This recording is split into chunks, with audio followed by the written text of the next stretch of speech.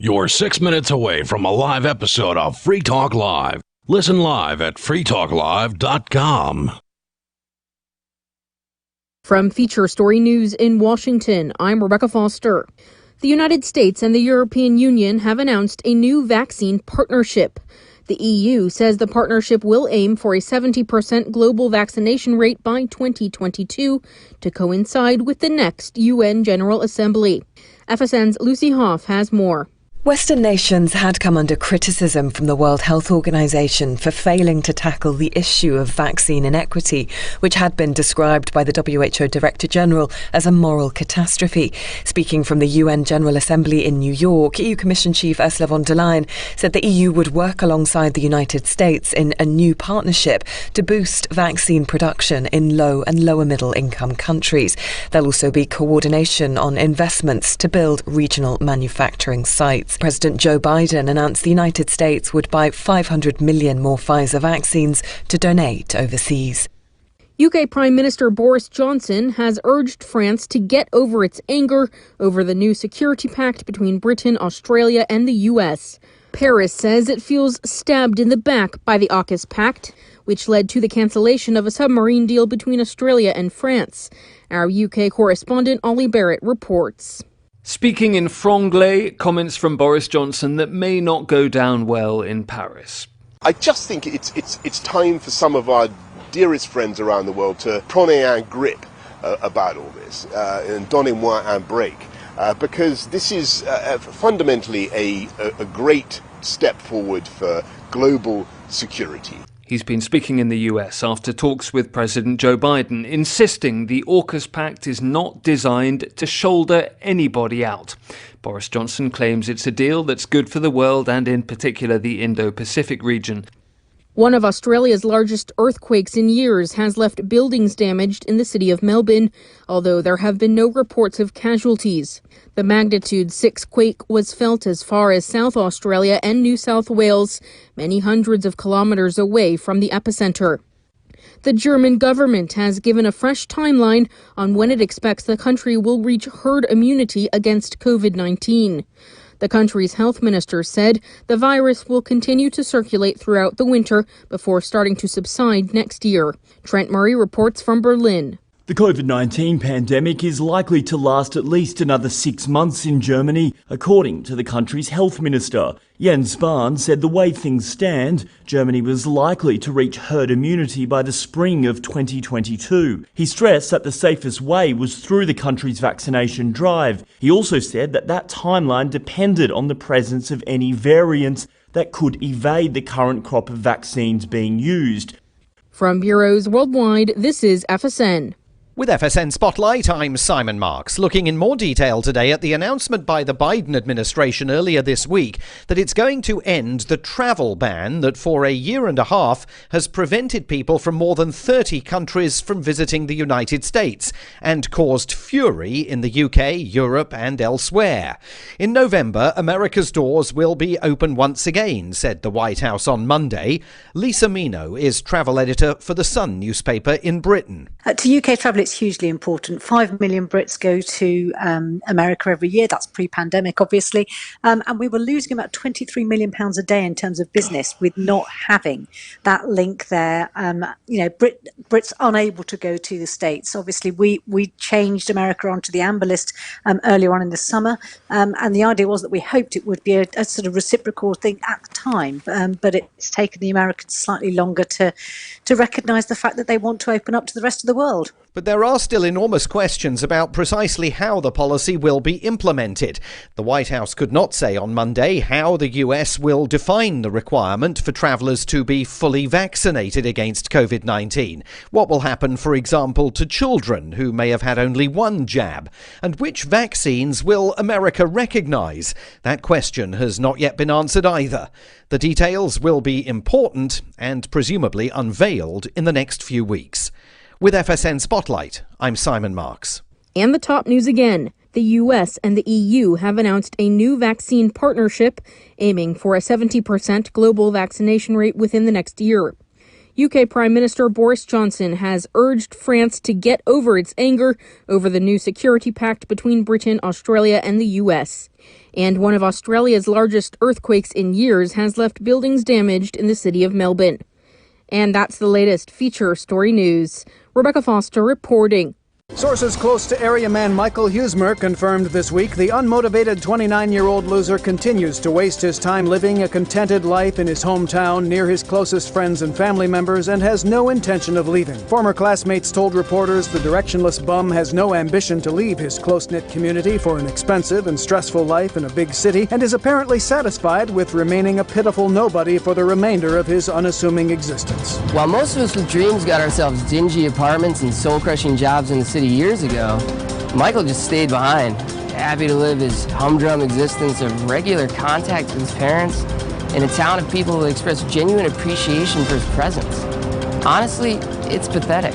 In the time it took you to watch this video, you could have read one of Shakespeare's sonnets, listened to an etude by Chopin, or taken in one of the masterworks from the golden age of Dutch painting. The Onion applauds your excellent taste. For more, keep checking theonion.com. This is the Onion News Network.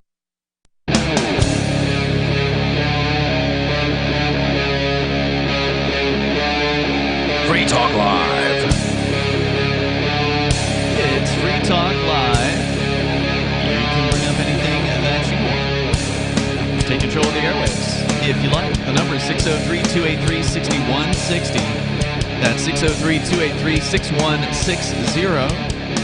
And joining you in the studio tonight, it's me, Ian. It's Bonnie. And Lori. All right, so we've got a lot on deck to talk about here tonight, including the latest, COVID nuttiness. Actually, there's an interesting kind of overview piece that Jeffrey Tucker wrote, looking at all the plexiglass that we see up everywhere that has become this ubiquitous experience. I mean, basically, every business you go into, with few exceptions, it seems like, have these things up, especially the more corporate ones. And does it really do anything? Well, there was actually a news story in the New York Times, of all places, a few weeks back. I put it into show prep, but it was one of those things we just didn't get to. And he does reference that here, where the New York Times even admits that this plexiglass stuff is completely overrated. In fact, it may be counter to helping anything. It may actually make things worse. So we can talk about that coming up here in a little bit. You know what the plexiglass was where I work? What it actually was? Yes, I remember what it was. It was a poster cover for hanging a poster. It was a picture frame, yeah. Yeah. It's gone now, though, right? Yeah, it's gone. It's like June 1st when it was allowed to be gone. They got rid of it. So, but Lori, you've got some crazy-sounding tech story about miniature flying grains of rice that can do what? What's going on? So this is an article from CNET. It says, winged microchip is smallest ever human-made flying structure. They're just the size of a grain of sand, but the microflyers can carry data-collecting sensors. It's raining... A grain of sand? A grain of sand. Okay. Yeah. Wow. So, when you first said grain, when you were telling me about it off the air, I just sort of put in rice into what you were saying. Oh. And now it has actually connected with me what you were saying. A grain of sand. A grain of sand. Yeah. Okay, that's really small. You can't even see that if it's, Nope. across, if it's not directly in front of you. If it's not coming right at you in your field of vision, you're going to have no idea. Yeah. When I was a kid, I always thought that when I grew up, there would be technology that would allow people to have a recording device in a contact so that way they could secretly record things. Yeah, sure. There's been movies that show that kind of tech, right? And it seems like that's close to possible if they can get something to be as small as a grain of sand. Maybe not a contact yet. So what do these things do? So it says, it's raining microchips. Hallelujah. One day they could float gently through the air while gathering environmental data, land on the ground, and then dissolve when their work is done. That's the future a team of engineers sees for what they're calling microflyers, minuscule winged microchips with designs inspired by nature. Oh, wow. It just sounds so exciting. And they're inspired by nature, and they could just totally only be used for really nice things like gathering data. Yeah. Or maybe they'll go inside your body and infect you with something, or God knows what kind of nano machine things they could do with this. Right. I'm fairly certain that eventually we'll all have nanobots inside of us against our will, or willingly. A lot of people will take them willingly. I mean, don't they already exist? Isn't nanotechnology already a thing? These exist. Mm-hmm. They've built them. They just don't dissolve or gather data yet. So they say. Okay. So they're getting there. Yeah, they're working on that. They're working on it. All right. Yeah. So it says Northwestern University described the microflyers as the smallest ever human-made flying structures in a statement on Wednesday. The chips are about the size of a grain of sand, and they travel by wind, much like spinning maple tree seeds. I like how they keep comparing it to natural things to make you feel okay with it. This is just the next step for nature. You can't breathe in a spinning maple tree seed. Yeah. Our goal was to add winged flight to small-scale electronic systems with the idea that these capabilities would allow us to distribute highly functional, miniaturized electronic devices to sense the environment for contamination monitoring, population surveillance, and disease tracking. Oh, so they're admitting it. Okay. They are admitting it, yeah. But wait, they're saying that they want to use it to monitor the environment for contamination, and in doing so, they're going to contaminate the environment with these little nanobots. Right, with little nanoparticles everywhere. That's retarded. Yeah, I'm interested to know, exactly what. So it sounds like these things float rather than fly. They themselves aren't powered per se, but they. It says they have wings, so I would assume that they can be directed. Well, you mentioned the maple things, right, Bonnie? Yeah. The maple seeds. Are those the ones that do the twirling that you were talking about? So did they say specifically that they were designed after those? Was that what they were saying? It says inspired by maple leaves or maple tree seeds. Yeah. So maybe they just. They launch them, release them into the air, and they spin down.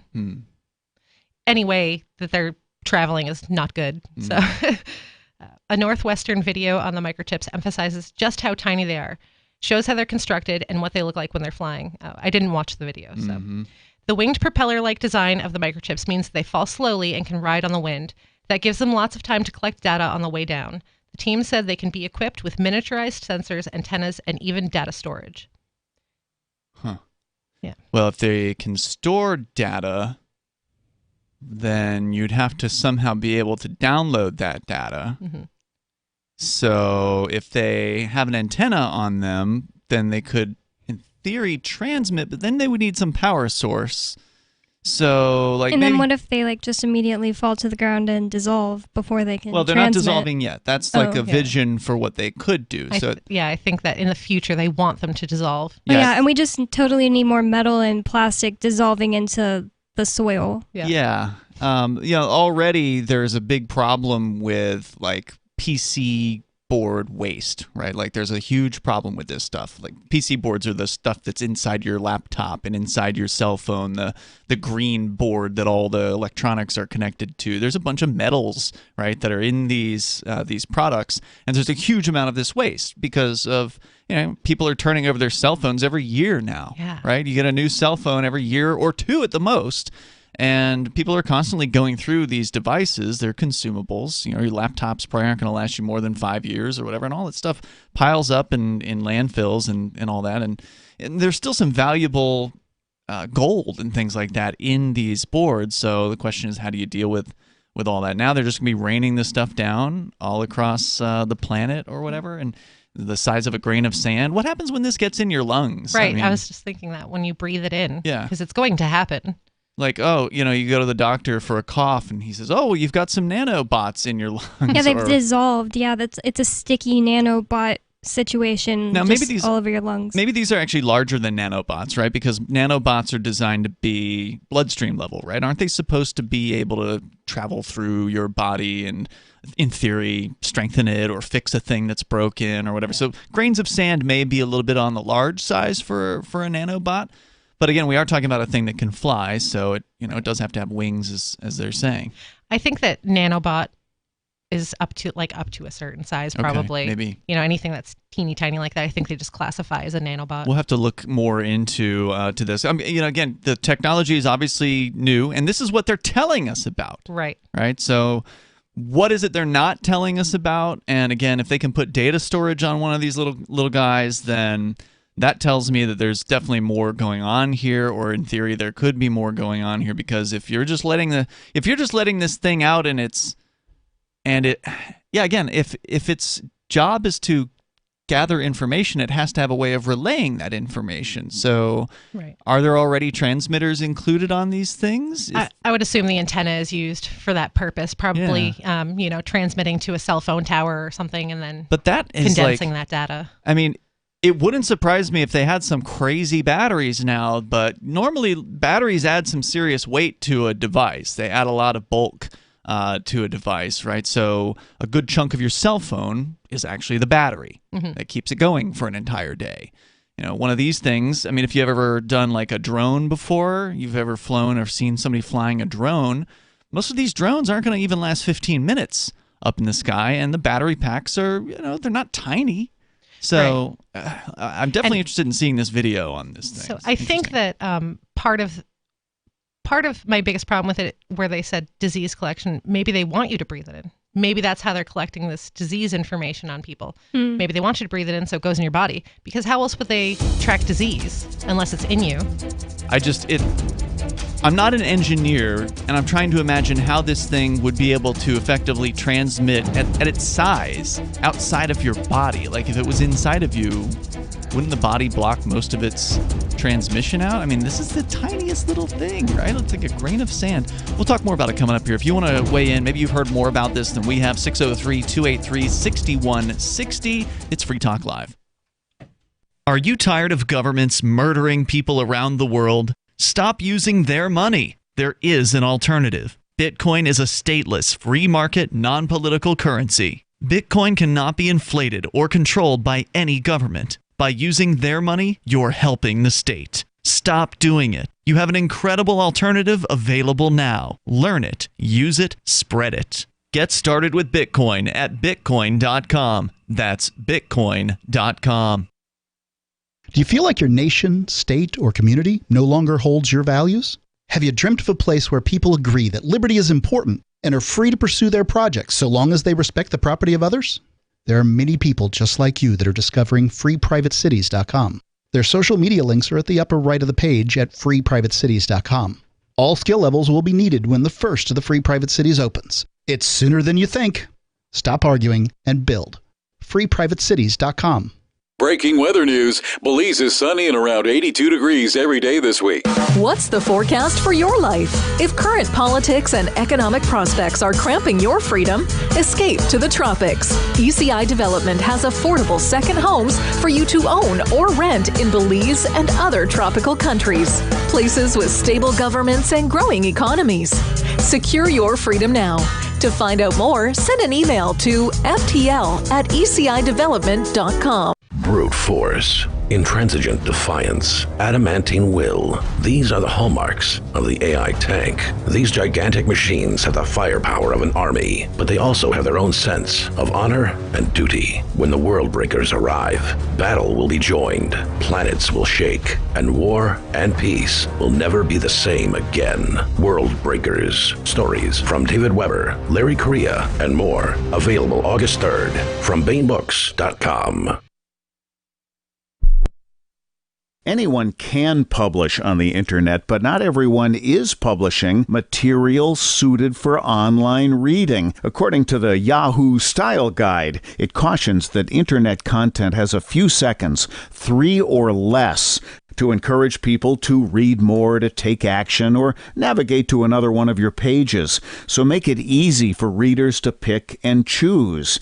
Isn't that the way you poke around online? Use short words, short sentences, short paragraphs, bulleted lists, and short pages. Front load what you write, putting the most important information at the beginning of headlines and paragraphs and sentences. Same goes for your keywords, what someone would likely type into the search box on Yahoo or Google. For more tips on communicating better online or in a job interview or everyday life, hit survivalspeech.com. I'm Holland Cook. What if you want to hear the latest episode of Free Talk Live, but all you have is your phone, you forgot to download our archive, and you have no data connection? You can call our Listen line at 641-793-0191. That's a long-distance number, so you may incur charges. If not, listen as long as you want. 641-793-0191. The Free Talk Live listen line, 641-793-0191. There are basically two types of advertising, direct response and branding. Radio's great for direct response with its low cost to listener ratio, but audio can't be beat for branding, which is a longer-term endeavor. You want to be the first thing that someone thinks of when they think about your product or service. If you have a local business that you want kept top of mind in your community, call the station. If you need national reach, Free Talk Live's got around 200 radio stations, millions of monthly listening sessions, can suit all budgets, and if we don't think we're right for you, we'll tell you. Email me, mark@freetalklive.com.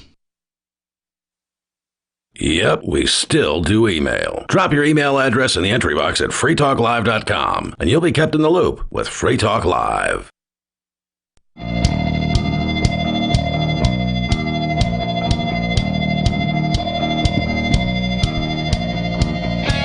This is Free Talk Live. The number, if you want to join in here, 603-283-6160.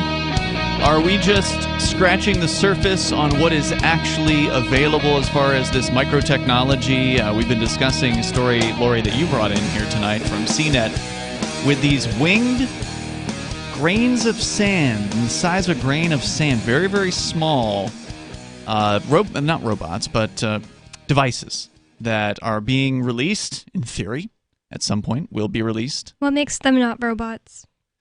I think that they can't do anything. They don't move on their own volition. Yeah. Okay. I suspect that a robot may have to have that in its so. definition.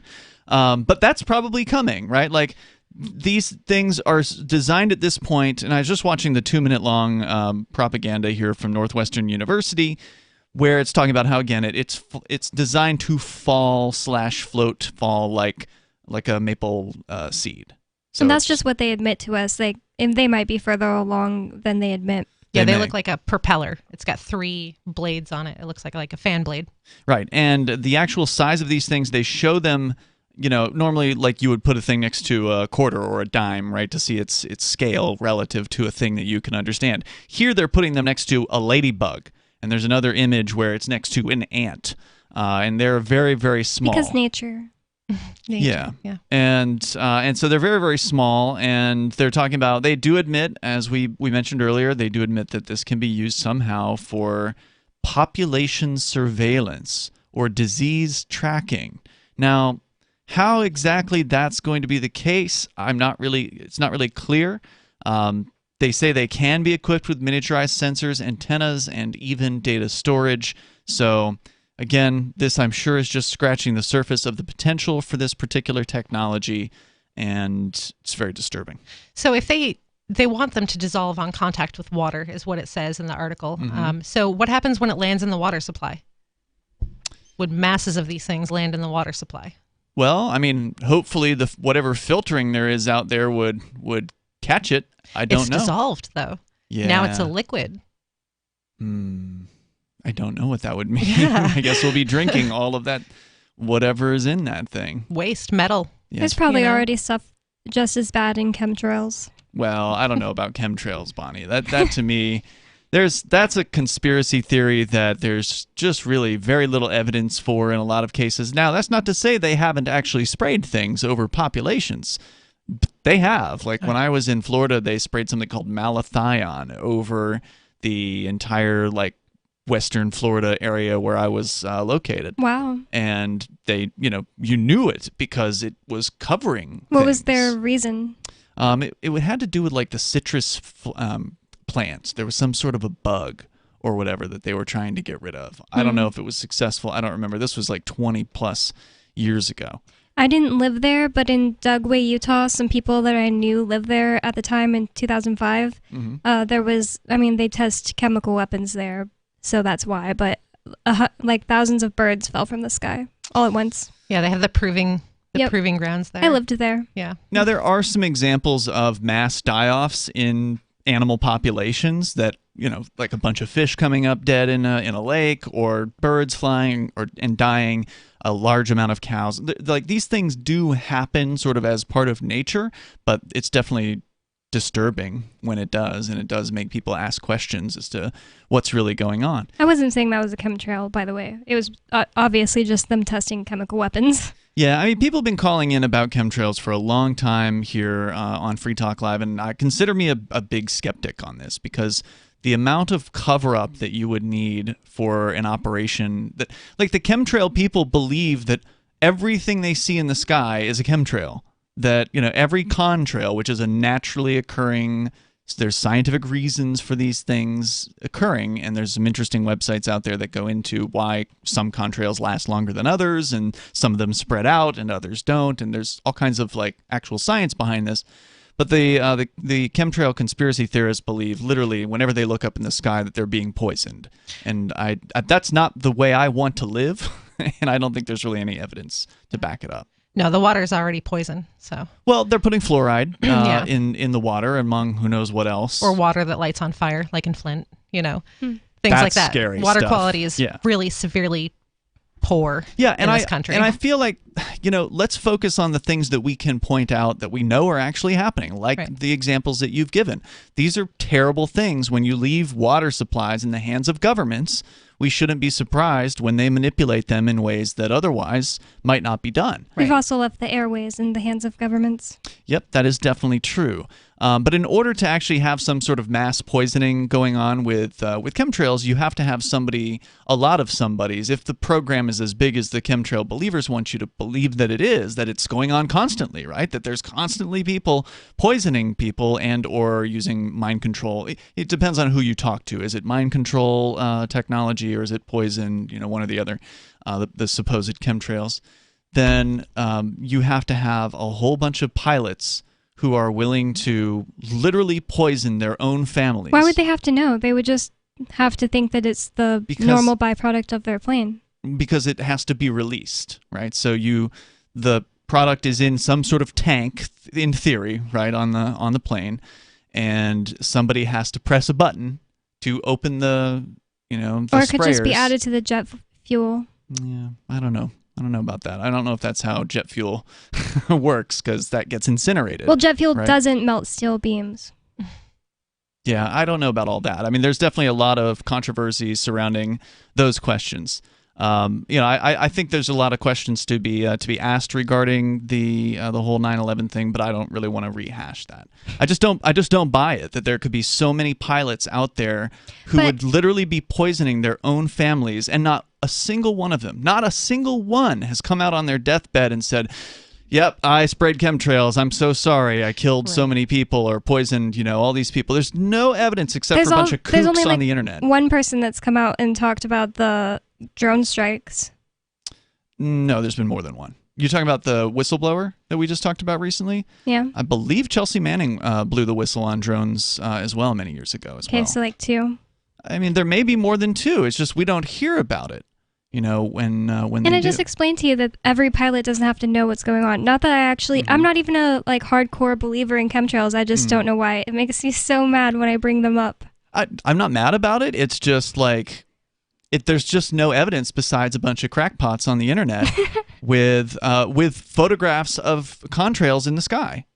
Whenever you look up chemtrails on the internet, it's always some kooky website with some lunatic pointing at the sky and yelling about them being poisoned. Right, or natural cloud formations like mammatus clouds, or Yeah, it's people who don't understand what they're looking at. Nobody honestly. comes out on their deathbed and freaks out about putting fluoride in the water, but we know they're doing that. Oh, I mean, that's public information. But we know, and it's been stated that it's poisoned by doctors and by dentists and by but most of the dentists believe that it's good for you, right? On your teeth, not in your body.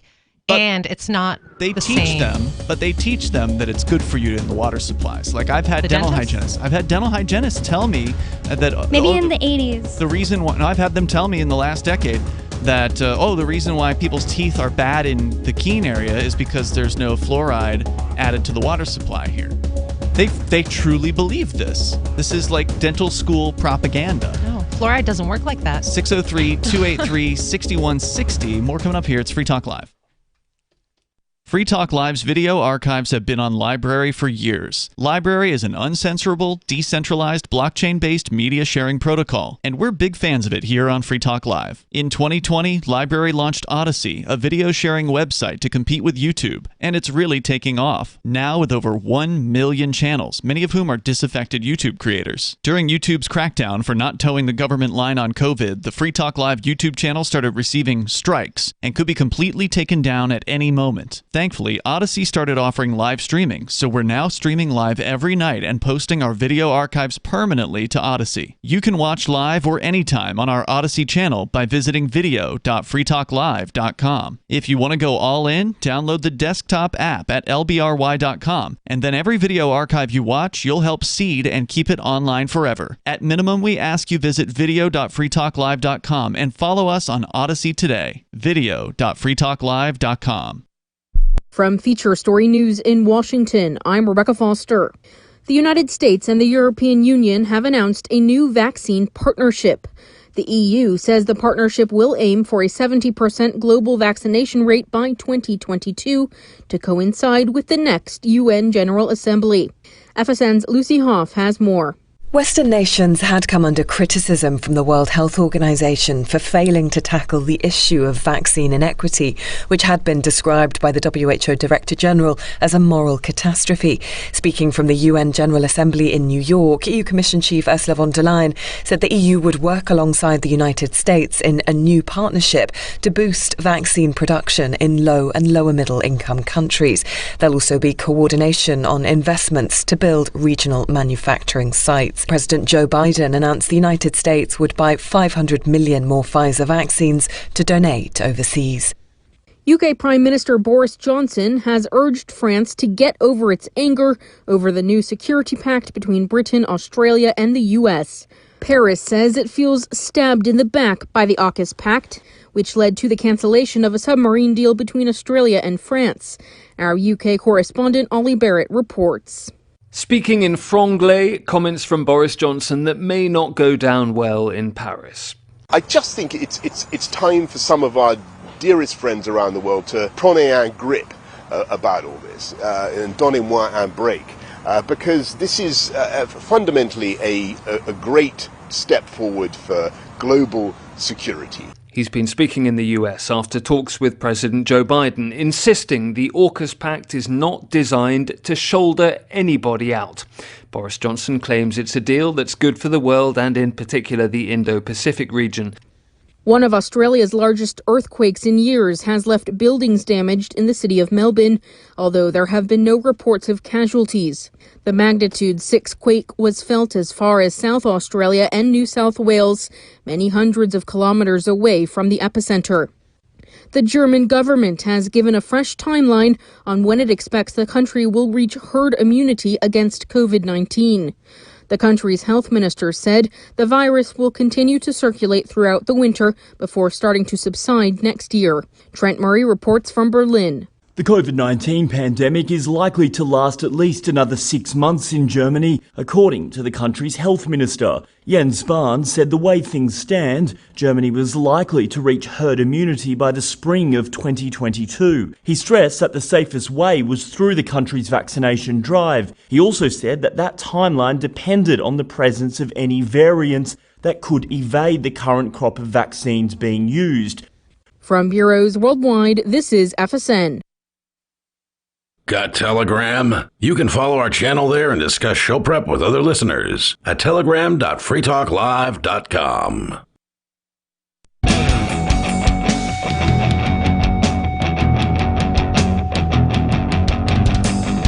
This is Free Talk Live, 603-283-6160. That's 603-283-6160. Here in the studio tonight, it's Ian. It's Bonnie. And Lori. And I want to let you know about Intercoin. It can help any business and organization launch their own currency or raise money using their own token. And now Intercoin.org has launched worldwide. Is there a token you want to launch or an app you want to build? Go to Intercoin.org, enter your email, and the team will get in touch and learn about your needs. And while you're there, if you want, you can get some of the Intercoin investor tokens yourself. Head on over to Intercoin.org Now, before we go on here with what is another creepy-sounding tech story about vaccines going into vegetables, I think it's worth pointing out here, Bonnie, you admitted during the break that you aren't actually a chemtrail true believer. So you're just trolling. I'm just an actual skeptic, which means I don't just immediately disbelieve anything that sounds crazy. It means I actually take into account different things. But to be fair, I don't really research what the chemtrail people believe. I've never heard of them saying that they do specific grids or anything like that. Well, it just depends on how into it the person is. Some of them believe that they're again, it's for mind control. Some of them believe that it's poison, that it's being done constantly. And it's it's the same sort of negative mindset that I think the conspiracy world can inculcate in people that I find very damaging. So, it's not that I'm against conspiracy theories. I think there definitely are some conspiracies out there. We've seen plenty of them. The Great Reset, right? I mean, the New World Order. I mean, these are things that some people laughed at the New World Order in the past, and it's rising around you right now, And, was there a conspiracy behind 9/11? There probably was. What was it? I have no idea. Anybody that says that they know, well, like you said, you got to be a skeptic of these things. And so I think that's definitely an important perspective to come from, is to question everything that you're told. So if you want to comment here, you can join us. Our number is 603-283-6160. Vaccines in vegetables. Lori, this I had not heard of. Apparently, this is a thing now, or going to be a thing? What's happening? It's going to be a thing, I guess. This is from WGNTV.com. So it says, vaccines in your salad. Scientists growing medicine-filled plants to replace injections. Vaccinations can be a controversial subject for many people, especially when it comes to injections. So what if you could replace your next shot with a salad instead? Researchers at the University of California, Riverside are working on a way to grow edible plants that carry the same medication as in an mRNA vaccine. Wow. Not even, one of the vaccines that are, have been around for I don't know how long, decades, but one of the new experimental types. Yeah. If you don't want to take it, we'll just put it in your lettuce. Now, there's been a lot of people that have been concerned over genetically modified foods for a long time, and personally, I don't really care about that generally, but if they're going to start doing this to food, that's going to cross a line for me. I have a problem with some genetically modified food, when they modify them so they're no longer seed-bearing. I agree with that. That's a problem. Yeah, when they're screwing the farmers over with their technology, that's a huge problem. Trademarked plants. Mm-hmm.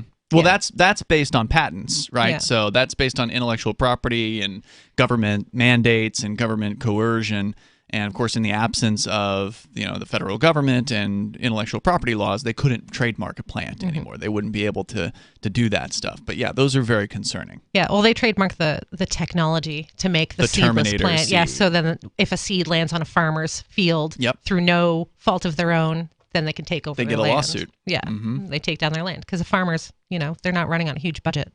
Nope. So what? Tell me more about this. It says the COVID-19 vaccine is one of the many inoculations which use messenger RNA technology to defeat viruses. They work by teaching cells from the immune system to recognize and attack a certain infectious disease. Unfortunately, in theory, I mean, from what we've seen so far, they don't seem to work real well because they're admitting publicly that people that have already gotten these vaccines, putting aside the side effects and the deaths, which we've talked about recently with the VAERS system and the underreporting there, but even with the reporting there, it's tremendously large numbers compared to all other vaccines for the last 30 years. Put all that aside for a moment. And, just looking at these technologies, they don't seem to be very effective as far as what they're supposed to do, which is produce immunity. That's what vaccines were supposed to do. In fact, they're so poor at it, they changed the definition of vaccine Did they really? in the dictionary. Yeah. Now it used to be that a vaccine produced immunity. Mm-hmm. And now the wording was changed to be stimulate the body's immune response. So they made it more of this sort of nebulous definition of, well, it doesn't have to produce total immunity. It could just stimulate the immune response. And apparently it doesn't do a very good job of stimulating it because people keep getting COVID even though they've been vaccinated. Even though they've been vaccinated and had a booster shot and they're wearing their mask and they still get COVID. Mm-hmm. So Why but take now it? let's put it into some vegetables. Yeah. That'll help. Yeah. To force people who don't want to take it. Well, and this does bring up a big question is, presuming they're successful with this research, will these things be labeled to be like, hey, you're modifying your DNA, by eating this bag of broccoli? I wonder. It's the same problem, though. What happens when the seed floats over to the farmer's field next door and starts growing over there, and then you don't know? That is a big problem. I wonder if what am I trying to say? If it's even possible anyway, because you don't eat a vaccine; it goes into your bloodstream. So, like, how is it the same thing if it's in a vegetable? I mean, the things you eat go in your bloodstream too. That's how alcohol gets into your system. Yeah, I mean, it has to get through your stomach acid first, but I mean, it sounds like I'm sure that was the first question they asked is, hey, how do we get something through, the stomach, get it into their bloodstream without destroying it, If it's just that easy, why do people even take shots into their arms when they could just take a pill? Take a pill? Sounds like... Oh, it tells you in the article. Yeah. Tell me more. Okay, so it says, they work by teaching cells from the immune system to recognize and attack a certain infectious disease. Unfortunately, mRNA vaccines have to stay in cold storage until use or they lose stability. The UC Riverside team says that if they're successful, the public could eat plant-based mRNA vaccines, which could also survive at room temperature. So that's what they're trying to do. The reason they can't take a pill is because all of these vaccines have to be cold stored. So they're trying to make them room temperature stable and then put them in the plants. Thanks to a $500,000 grant from the National Science Foundation, researchers are now looking to accomplish 3 goals. First, the team will try to successfully deliver DNA containing mRNA vaccines into plant cells where they can replicate. So it's going to be right in the plant's DNA, the cells. Next, the study authors want to show that plants can actually produce enough mRNA to replace traditional injection. Finally, the team will need to determine the right dosage people will need to eat to properly replace vaccinations. So you're going to overdose on your salad now. What if your kid grabs a tomato that's full of this and they have an overdose of this medication? Yeah, that's very concerning. Yeah. Ideally, a single plant would produce enough. Like that's presumably mRNA. a reason why they don't just. That's presumably a reason why they don't just give you the COVID vaccine, right? Like you have to. It has to be administered by a professional. You don't just get to order it, right? And like have it delivered to yourself and then shoot yourself up 3 times as much. Because some people would do it. Oh yeah, I want to. Well, Mark did. Well, Mark didn't. Mark took the Johnson & Johnson and then he took 1 dose of the other one of the other ones. I thought he got double dosed with one and then double dosed with the other. Not to my knowledge. At least that's what I heard. I didn't. He and I aren't allowed to talk, but I heard through the rumor mill that that's what he had done. Because I think he had to go on a trip or something like that, and so he needed to get a thing before a deadline of a trip. Having to go on whatever airline or something. Anyway, international travel, I guess, was what was going on there. But so letting the average person dose themselves with an experimental DNA modifying technology, probably not good, because there's so many people out there that are so insane over this stuff that they would absolutely like 2x, 3x, 4x themselves just because they believe that it would help them that much more. Yeah. And now they're just going to be able to go and get a bag of vegetables? I mean, is this going to be something you have to get through a prescription, or will it be available at the grocery store? I don't know. Is there more to the story? There's more. We'll talk about it coming up here. This is Free Talk Live. Free Talk Live. And this is a realistic view. I mean, look, your kids are going to do drugs. Would you rather them do drugs with pimply-faced kids driving around town? Or would you rather them smoke pot in your house where you know what they're doing? I'm not saying I love the idea of my little boy who's 3 growing up and smoking pot. I don't. I would prefer he didn't. But I know that the human animal, as it is, likes to have its mind altered. And he's my son. He's probably going to do these things. And I'll tell you, I was in a lot of dangerous situations that if my parents had tried something different, maybe things would have worked out differently. I don't know. I'm not blaming them or anything like that. I'm just saying that we need to try new things. This war on drugs, not working. Free Talk Live, 7 nights a week from 7 to 10 Eastern. Live on the Liberty Radio Network at LRN.FM. Looking for a great real estate investment? Consider New Hampshire, which is ground zero for the Liberty Movement. Your first call should be to Mark Worden from Porcupine Real Estate. He's more than just a real estate agent. He's your New Hampshire concierge. Where are the best places to live? Do you want farm, city, the burbs, or forest? Do you want a duplex or multifamily building so that renters pay your mortgage? There are homes in all price ranges in New Hampshire, and Mark can help with financing too. Invest in Liberty and property. Mark Worden can help. PorcupineRealEstate.com. Tired of cancel culture? Sick of mega tech corporations holding an axe over your head? Join the LRN.FM Matrix chat server. It's self-hosted, so no one else can tell us what to do or say. Don't like the existing channels? You can make your own. You can even connect into some of our channels from other Matrix servers. It's federated. For the full LRN.FM Matrix experience, though, you should join our server via the step-by-step instructions at chat.lrn.fm. chat.lrn.fm. Hi, I'm Derek J. I don't want a politician to represent me. To me, government is the idea that one group of people can coerce everyone to comply with an edict or face increasing punishments up to and including death. Despite perhaps the most noble of intentions, the best government services are a far cry from what could be provided for by voluntary interactions. Besides, the people who call themselves the government wage wars and put peaceful people in jail for crimes involving no victims. If Starbucks used some of its money to drop bombs, I wouldn't shop there. So why would I support the American empire? The empire does not require my consent. Derek J's Victimless Crime Spree. Watch it for free and order the Director's Cut DVD at victimlesscrimespree.com. That's victimlesscrimespree.com. Some of you asked, and now we've delivered. LRN.FM's live Keene, New Hampshire studio shows are now streamed in HD on Twitch. Visit our channel at twitch.lrn.fm and give it a follow. If you have Amazon Prime, you get one free subscription on Twitch. If you use it on our channel, Twitch will give LRN.FM a monthly piece of your Prime subscription cost. So please watch, follow, share, and subscribe to twitch.lrn.fm. That's twitch.lrn.fm.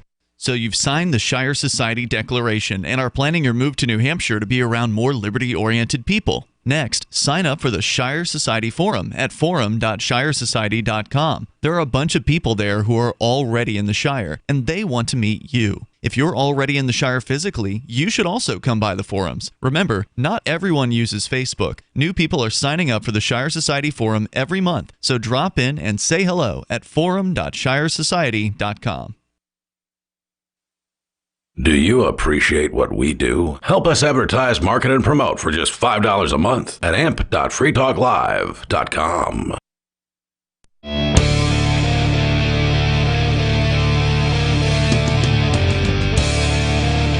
It's Free Talk Live. You can join us here. The number is 603-283-6160. 603-283-6160. We're talking just sort of generally about some disturbing technology that includes flying microchips the size of a grain of sand. Those are real. That exists. Northwest University is admitting it. They're bragging about it. I don't know if we got to the line in the story where they say that they've beat nature or something like that. Like, they just really hubristic kind of statement from these scientists. Sorry, you don't get to beat nature. Those nanobots don't even do anything yet, so... Well, not that we know of. Right. Yeah. They're probably already in the air. They don't tell you about anything until they've already used it. After the fact. Yeah. So there was that story. And then we got into this one, Lori, that you brought in about the vaccinated vegetables, or vegetables that would deliver these mRNA vaccines by eating them. Yeah. And you brought up a really great point. You know, it's one thing if they're labeling the bags or whatever at the grocery store, if presumably this goes on the grocery store shelves. I mean, I think any grocer that offers this should be shamed for it, because it seems like a really bad plan. But what about the seeds from these plants? I mean, floating on the breeze over to another plantation or to another farm, and the farmer there doesn't realize that he has these things, and then they're packaging up unknowingly vaccinated vegetables. Mm-hmm. And what about? Are you going to have to show ID to buy this, like cough syrup? Yeah, well, again, that is another question: is are these going to be prescription drugs? Are you going to go to CVS with a prescription to get some tomatoes? They haven't even been, the shots haven't even been okayed for kids yet. Oh, they're working on that, though. In fact, I guess Pfizer is all excited about their trials with children ages 5 to 11, and there was something in the news about that within like the last 24 to 48 hours, and people that love the vaccine, they're getting crazy and like, oh my God, I get to have my kids vaccinated. Mm-hmm. They're all excited about it. Yeah. And it's very disturbing. Lori, what else did you want to share from this story? What was the source on this one again? Do you recall? This is WGNTV.com. Okay. So the story goes on to say, ideally, a single plant would produce enough mRNA to vaccinate a single person, says Juan Pablo Giraldo, an associate professor in UCR's Department of Botany and Plant Sciences in a university release. A single plant? One plant. Okay, well, one plant can have more than one tomato on it or whatever. Like, did they ever say, I don't think they did, right? Like, what vegetable this would be? I guess technically it's whatever they want to put this into. It says, we're testing this approach with spinach and lettuce. So you'd have to eat a whole head of lettuce? And what if the lettuce are two different sizes? I don't think I've ever eaten a whole head of lettuce. That sounds I don't think anyone annoying. would want to do that. No, they always go brown. Yeah. Yeah, I don't think anyone would want to sit down in one eat sitting an entire head of lettuce. Yeah. But go on. We have long-term goals of people growing it in their own gardens. Farmers could also eventually grow entire fields of it. Plants are capable of growing more vaccines. Please don't do this, farmers. This is a terrible plan. Giraldo and a team of scientists from UC San Diego and Carnegie Mellon University say the key to making edible vaccines are chloroplasts. These are small organs inside the plant cells which help convert sunlight into energy. They're tiny solar-powered factories that produce sugar and other molecules which allow the plant to grow, Giraldo explains. They're also an untapped source for making desirable molecules. Previous studies have shown that it's possible for chloroplasts to express genes that are not a natural part of the plant. Giraldo's team accomplished this by sending genetic material inside a protective casing into plant cells. In the new study, Giraldo teamed with UC San Diego's professor Nicole Simons to use nanotechnology to deliver more genetic material into chloroplasts. Our idea is to repurpose naturally occurring nanoparticles, namely plant viruses, for gene delivery to plants. Wow. Some engineering goes into this to make the nanoparticles go to the chloroplasts and also to render them non-infectious toward the plant. You can also just, use vegetables that are unmodified to get the nutrients you need to have a healthy immune system and not need any of this BS.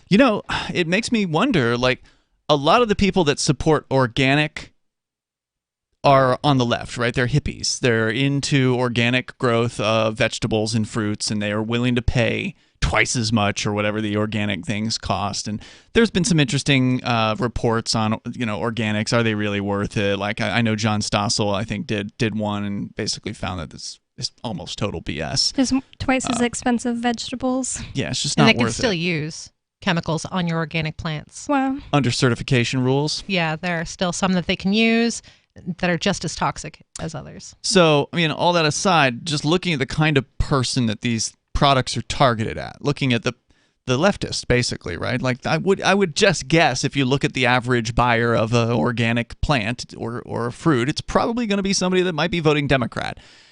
And those are the same people that are all a Twitter about, taking vaccines.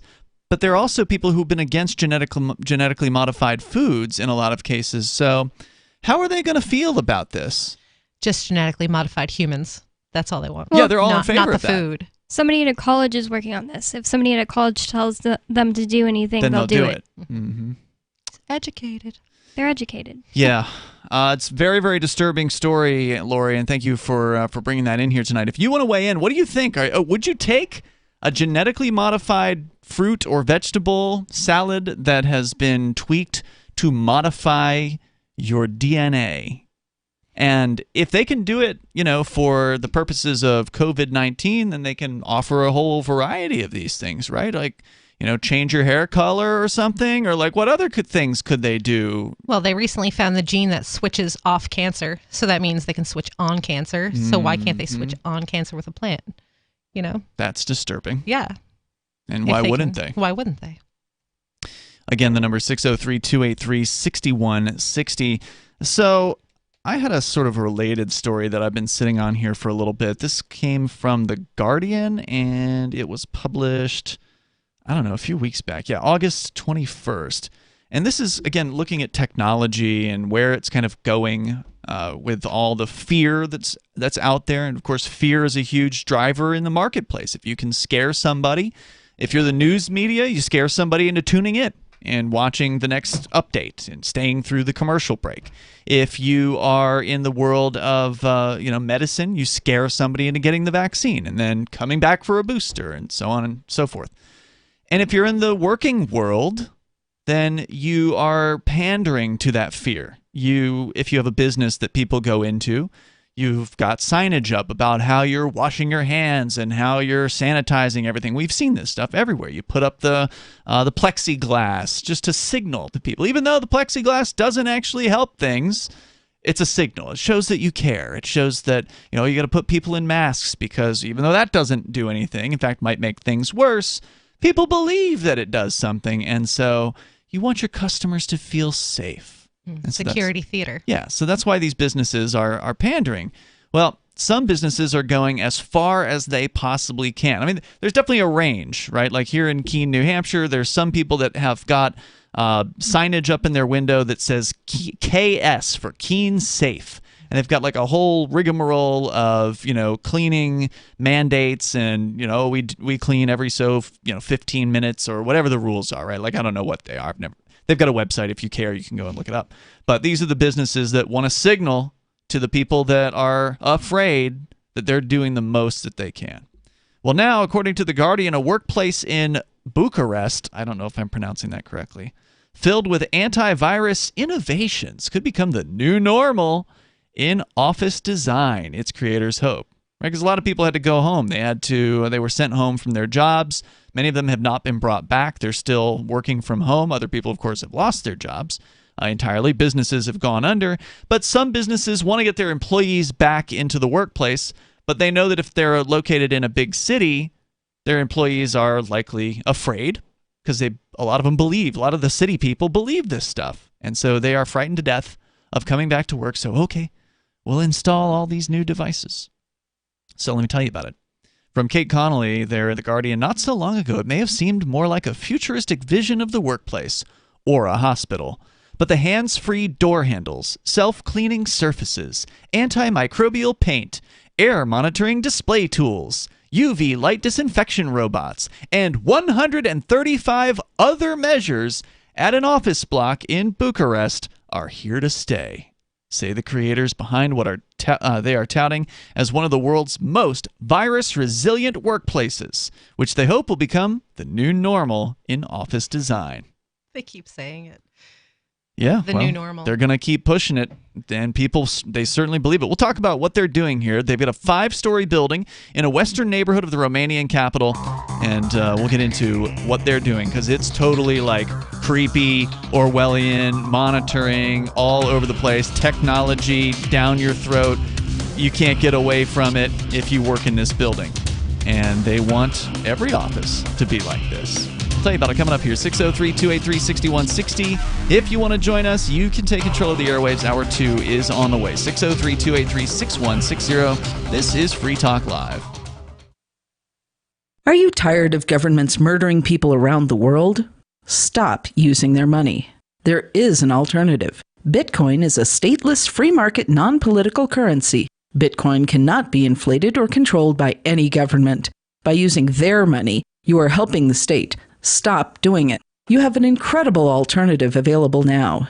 Learn it, use it, spread it. Get started with Bitcoin at bitcoin.com. That's bitcoin.com. Do you feel like your nation, state, or community no longer holds your values? Have you dreamt of a place where people agree that liberty is important and are free to pursue their projects so long as they respect the property of others? There are many people just like you that are discovering freeprivatecities.com. Their social media links are at the upper right of the page at freeprivatecities.com.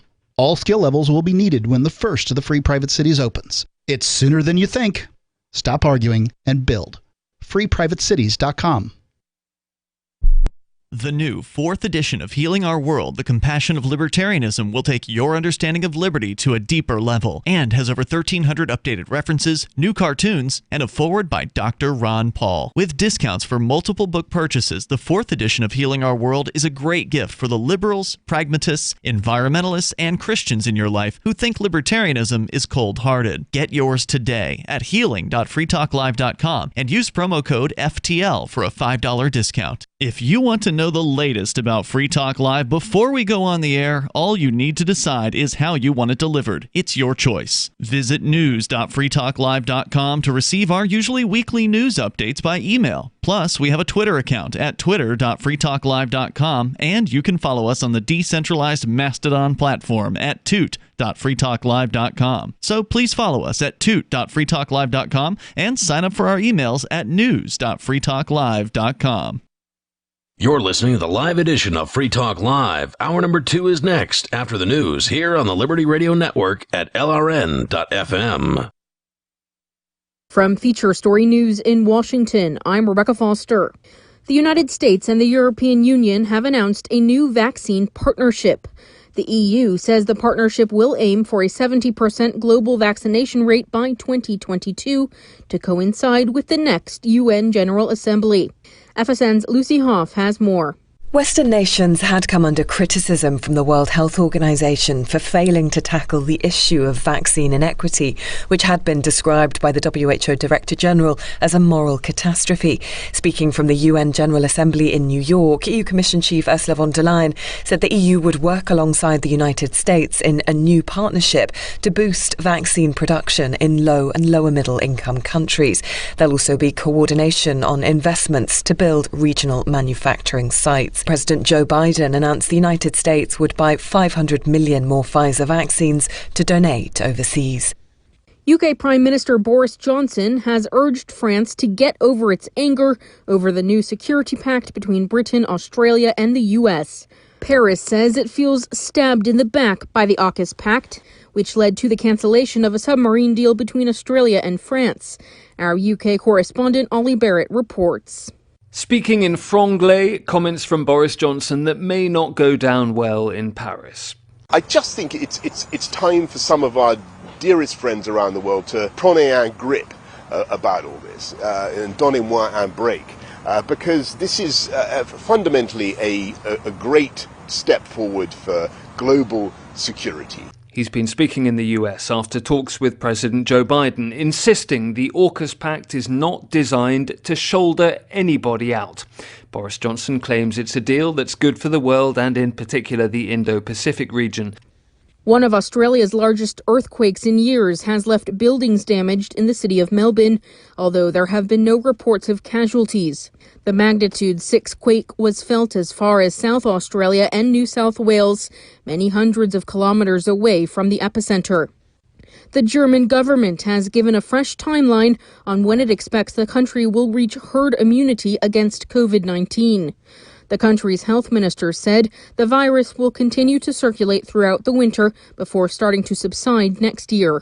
Trent Murray reports from Berlin. The COVID-19 pandemic is likely to last at least another 6 months in Germany, according to the country's health minister. Jens Spahn said the way things stand, Germany was likely to reach herd immunity by the spring of 2022. He stressed that the safest way was through the country's vaccination drive. He also said that that timeline depended on the presence of any variants that could evade the current crop of vaccines being used.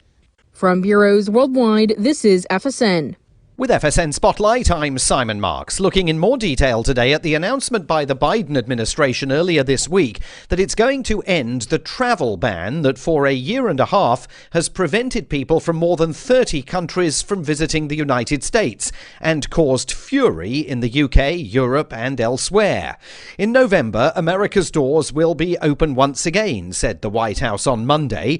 Lisa Mino is travel editor for The Sun newspaper in Britain. To UK travel, it's hugely important. 5 million Brits go to America every year. That's pre-pandemic, obviously. And we were losing about £23 million a day in terms of business with not having that link there. Brits unable to go to the States. Obviously, we changed America onto the amber list earlier on in the summer. And the idea was that we hoped it would be a sort of reciprocal thing at the time. But it's taken the Americans slightly longer to recognise the fact that they want to open up to the rest of the world. But there are still enormous questions about precisely how the policy will be implemented. The White House could not say on Monday how the US will define the requirement for travellers to be fully vaccinated against COVID-19. What will happen, for example, to children who may have had only one jab? And which vaccines will America recognise? That question has not yet been answered either. The details will be important and presumably unveiled in the next few weeks. With FSN Spotlight, I'm Simon Marks. And the top news again. The US and the EU have announced a new vaccine partnership aiming for a 70% global vaccination rate within the next year. UK Prime Minister Boris Johnson has urged France to get over its anger over the new security pact between Britain, Australia and the US.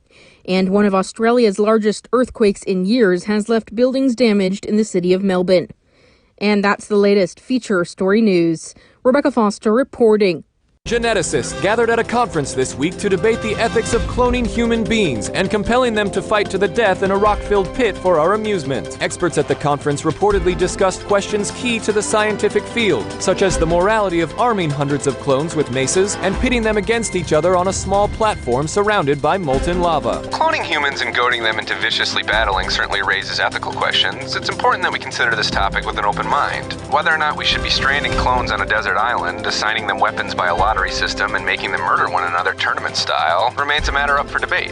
And in this week's local news, a man is wearing a low-cut swimsuit as though a public pool is some kind of sun-kissed Sardinian cove. In other news, China's veteran reporters blast the decline of traditional state-run journalism. A new study finds human hearing is most acute when listening to arguing parents from the top of the stairs. And fireflies almost managed to salvage a local man's day. This is the Onion News Network.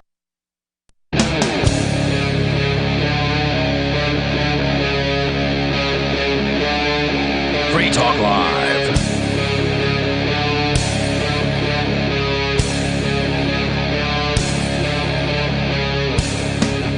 This is Free Talk Live, and you can bring up whatever you want. The number is 603-283-6160. That's 603-283-6160. In the studio here tonight, you've got Ian. It's Bonnie. And Lori. We're talking about some disturbing technology news. Everything from flying microchips the size of a grain of sand that could do, well, all kinds of crazy, disturbing, Orwellian, creepy things, to vaccinated vegetables that could administer vaccines through your stomach. Very disturbing. And now the new self-sanitizing and much more new normal office design that we're going to get into here in a moment. But I just noticed as I was checking our streams here on Restream, because we stream to like 7 different video platforms out there, and one of them appears to have banned the LRN.FM account. It's I don't even know if I should mention their name. We never really had very many people watching us there anyway, but I guess somebody finally saw us. I've never even heard of it. Trovo is what they're called. I guess somebody finally saw our show and they hit the ban button because we're gone, and there's not even like a notice from them. There's nothing saying, "Oh yeah, we blocked you because of XYZ." Yeah, there's nothing, no notice whatsoever. So anyway, we're no longer there, but you can still watch us on Odyssey, which is a platform run by a freedom-loving individual, and it's backed, most importantly, by LBRY, .com is where you can go to learn more about LBRY. It's an uncensorable, decentralized, blockchain-based media sharing protocol. If you want to be sure you see Free Talk Live in video form, although you can actually upload audio to LBRY, and we're looking into possibly doing that in the future as well. But if you want to see an episode of Free Talk Live without fear that it's going to be stopped midstream or banned after the fact or whatever, head on over to video.freetalklive.com, and you can watch us live there or anytime you want. Again, that's video.freetalklive.com. All of the other platforms are centrally controlled, centrally managed platforms, and if they get a hair up their butt, then they can ban us. In fact, we've been nearly banned on YouTube more than once this year, and the only reason we aren't banned there is because we kind of let that one sit for a while. After we got up to 2 strikes, we just let it sit for several months, and then the strikes kind of go away after some amount of time. So now we're back on YouTube, but that may not last another week. So we have no idea what's going to happen there.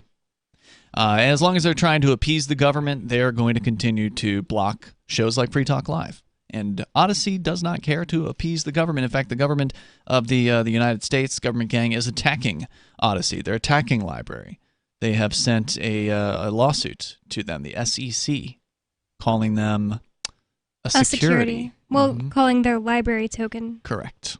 So they're fighting, and it's they've already spent $1 million on attorneys and things like that in order to fight the good fight in that particular case. So kudos to Odyssey. If you're not yet on there, you can go sign up at video.freetalklive.com. Be sure to hit the follow button on our channel. All right, so you can bring up anything you want. The number is 603-283-6160.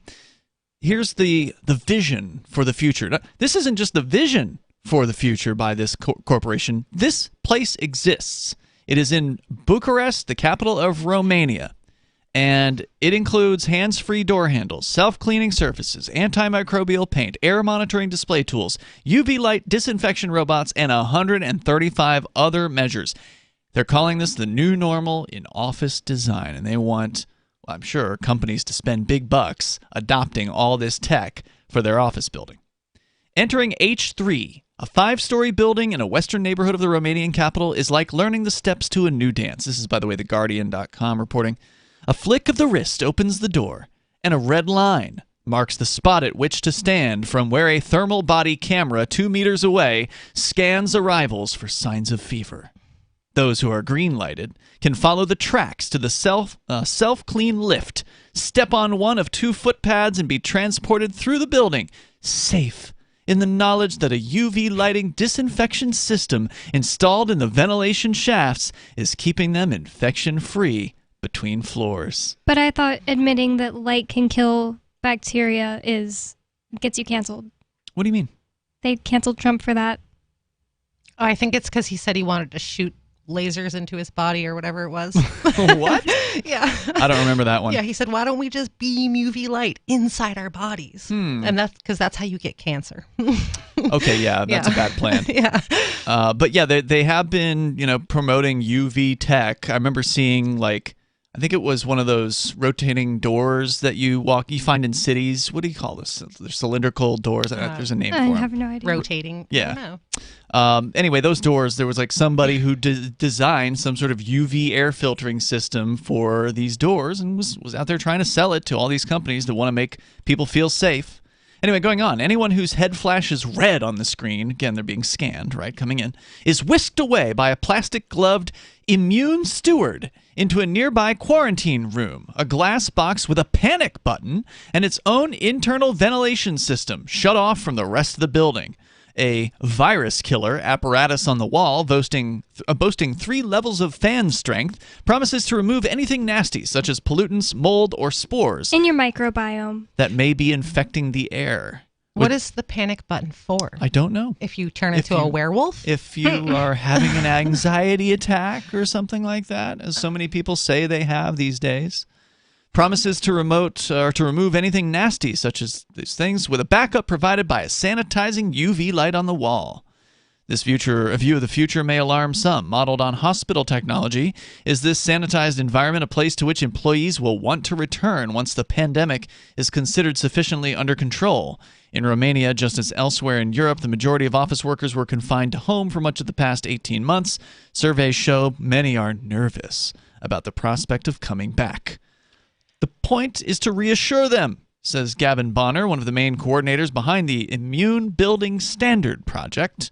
He says, we don't want people to panic, which has brought together health professionals, architects, engineers, IT, and building managers from around the world to help corporations prepare for post-pandemic life. How ironic that it's called the immune building when it's immune destroying. That's what I was just thinking. I was like, the immune system doesn't just indiscriminately kill everything in your body, for one thing. And when you say immune destroying, you mean this will actually harm people's immune system? Yeah, if you're not exposed to any germs, your body has no practice. Yeah.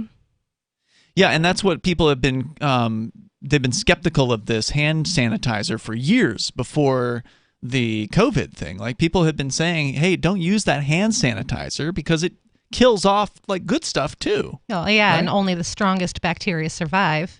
And it doesn't clean your hands. Your hands are still filthy. Right. Yeah, if they're dirty, yeah, they're still dirty. Right. The publicly available standard, trademarked, named Immune, has already been applied to several buildings in the United Kingdom. Its developers include the lead Romanian property company called Genesis, also the landlord of the H3 building, and the project has cost about €1 million. More than a dozen other buildings from the U.S. to Singapore are in the process of obtaining their immune certification, according to the CEO of the company. The H3 building is the most protected space so far, acts as the showroom, incorporating all 135 of the recommended measures. The project is open source, they claim, in an effort to pool the best ideas. He says, who has lodged an application with the EU in the hope that it will form the basis for a new standard across the European Union, similar to conventional fire safety codes. Nobody has talked before about, maybe not on the show, but definitely to me while he was in jail, about how... Our co-host, nobody. Yeah, sorry, nobody, the co-host. He was talking to me about why he calls the invisible hand of the economy the invisible hand of nature. He was saying it's all the same thing. Non-intervention is always the answer because nature naturally, has the best outcome that is supposed to happen, basically. Mm-hmm. And I just think it's crazy that people want to intervene in the, natural process of people getting sick and, getting over it so bad that they'll do anything except the proven, the proven route of just being healthy, talking to each other, building your immune system, getting over diseases. Yeah, and it kind of goes back to what I was saying before about the people that would have supported organics. They seem to believe that nature is a danger instead of something to be embraced. If you get sick, you can't go to work and pay your taxes. There's more coming up here. This is Free Talk Live. You can join us. Breaking weather news. Belize is sunny and around 82 degrees every day this week. What's the forecast for your life? If current politics and economic prospects are cramping your freedom, escape to the tropics. ECI Development has affordable second homes for you to own or rent in Belize and other tropical countries. Places with stable governments and growing economies. Secure your freedom now. To find out more, send an email to ftl@ecidevelopment.com. When Monster Hunter International discovers one of Isaac Newton's wardstones being auctioned off, they decide to steal it and use it to destroy the Chaos God once and for all. But a mysterious thief upends their plan, and it soon becomes a race against time as something much older and infinitely more evil awakens in the jungles of South America. Monster Hunter Bloodlines by New York Times bestselling author Larry Correia and Baen Books. Visit monsterhunternation.com for more.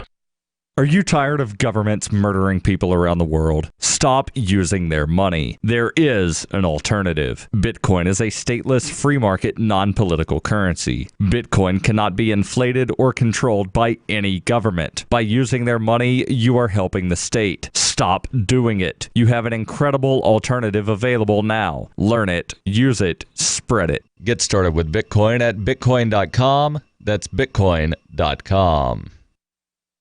Do you feel like your nation, state, or community no longer holds your values? Have you dreamt of a place where people agree that liberty is important and are free to pursue their projects so long as they respect the property of others?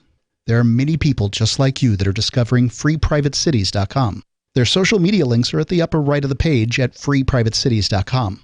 All skill levels will be needed when the first of the Free Private Cities opens. It's sooner than you think. Stop arguing and build. freeprivatecities.com. On Free Talk Live, we're bringing people to the ideas of liberty every day. From wrestling superstars like Glenn Jacobs. You guys really are having an impact, I believe. Like I said, a lot of where I am now is due to listening to Free Talk Live. You changed my mind on some very important issues years ago. To random people tuning in on the radio. I was kind of stuck in the left-right paradigm. I heard your show by chance on a Saturday night. From there, I went on, joined the Free State Project, and become an amplifier. So, I mean, that's really the reason why I amp is because I know that if it wasn't for you guys being on as many stations as you are, I never would have found the ideas of liberty. Your amp will directly change more lives by getting Free Talk Live in front of people looking for talk radio online and on the air. When you amp Free Talk Live, you get perks like access to the AMP-only Facebook group and AMP podcast. Visit amp.freetalklive.com. The LRN.FM's social media channels have been revamped. We've eliminated Facebook and focused on other platforms like Twitter and Mastodon, the decentralized alternative to Twitter. On our accounts, you'll find posts from multiple LRN.FM show hosts together in one place. Follow us on Twitter at twitter.lrn.fm, or better yet, move to the decentralized Mastodon social media platform at toot.lrn.fm, toot.lrn.fm. I think you'll like it. How many lawyers does it take to change a light bulb? None. They'd rather keep their clients in the dark. There are too many lawyer jokes to count. However, there are some lawyers with more noble intentions. At the Institute for Justice, we bring the light to our clients. We are a non-profit public interest law firm with clear values and principles. At IJ, we fight for those whose most basic rights are denied by the government. Visit our website today at ij.org. Our Matrix server is about as free as internet chat can be. Join the existing rooms or create your own at chat.freetalklive.com.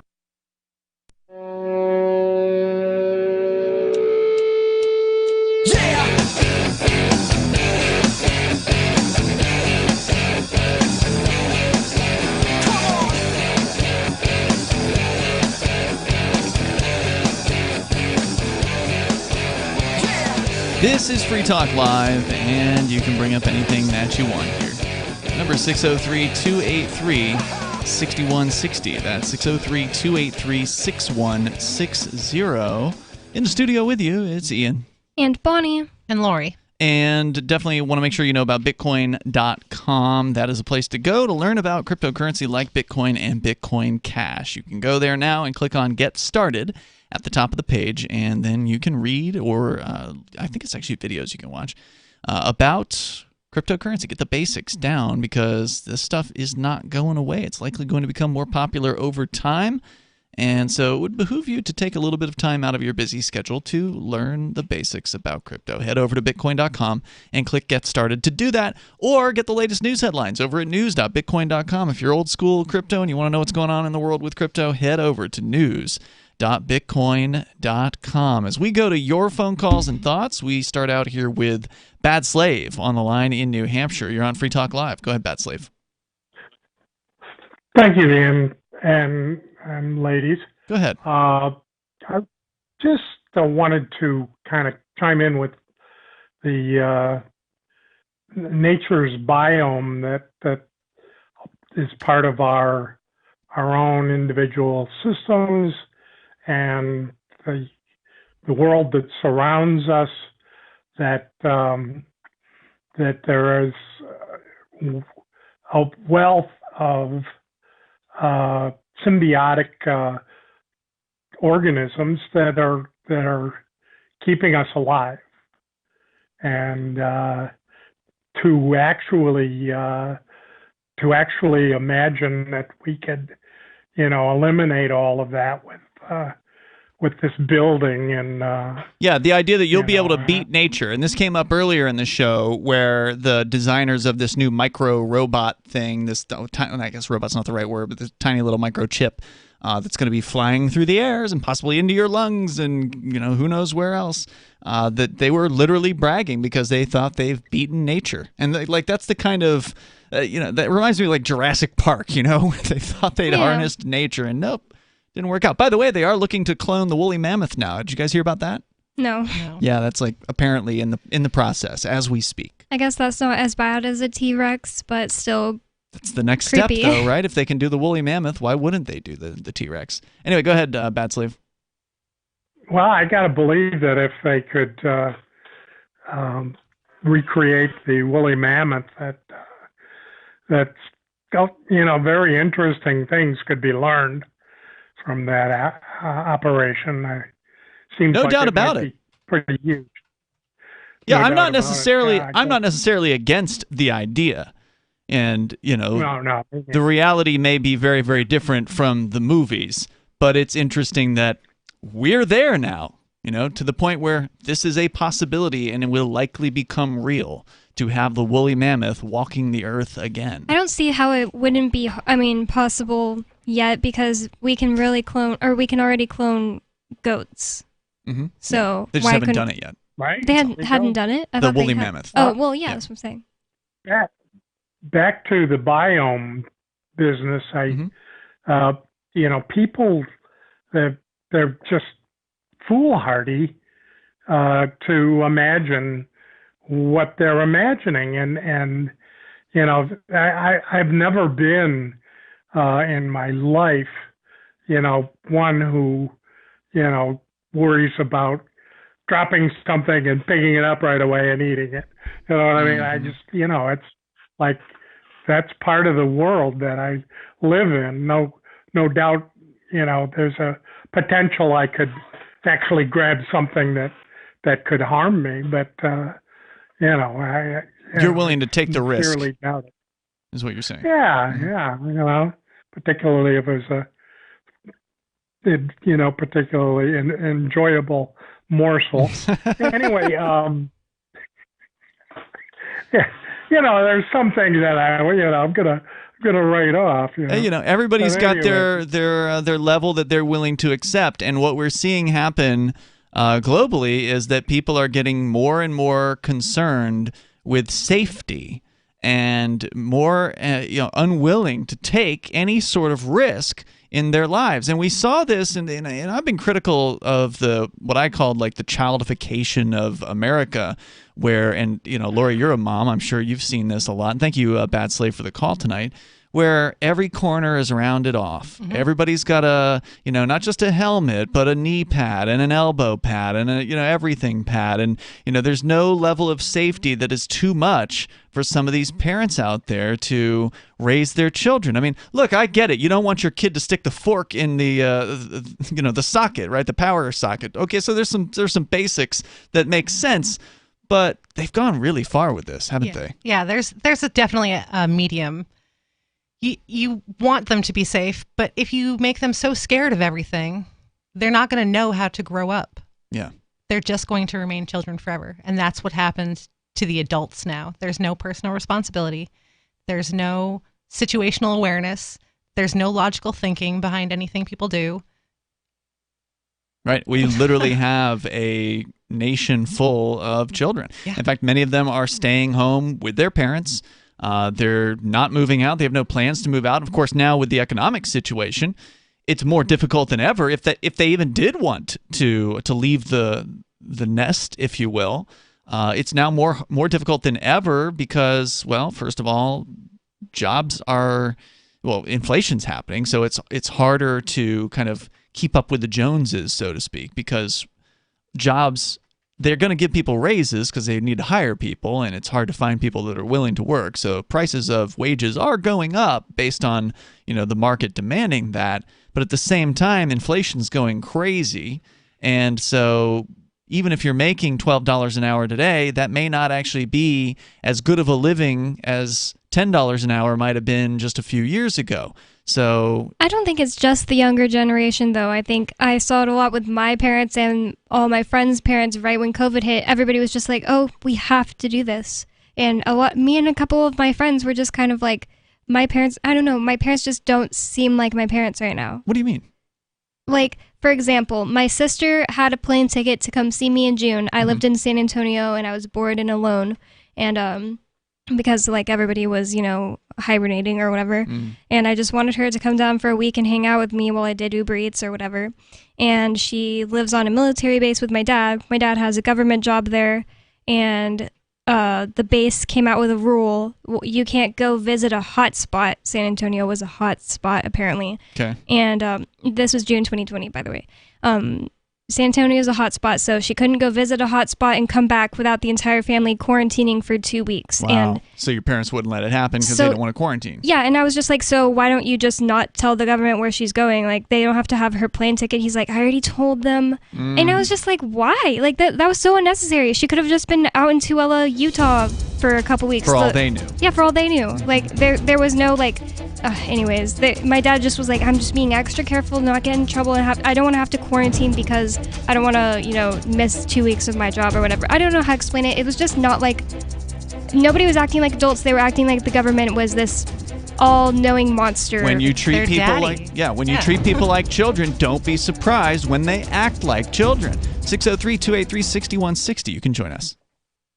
If you want to bring more liberty into your community, there's something you should see. Intercoin, the movement you might want to join. If you like Bitcoin, break through. It's true. It's truly something new. If you'd like to see real prosperity, start your own currency, boost the economy. Intercoin, the movement you might want to join. If you like Bitcoin, its impact's hard to overstate, results you can appreciate. If you're tired of relying on the state, want to make your own community great, homelessness and hunger to eliminate, let the wealth accumulate. Don't wait for the growth rate to accelerate. Go to intercoin.org and get the coins for yourself.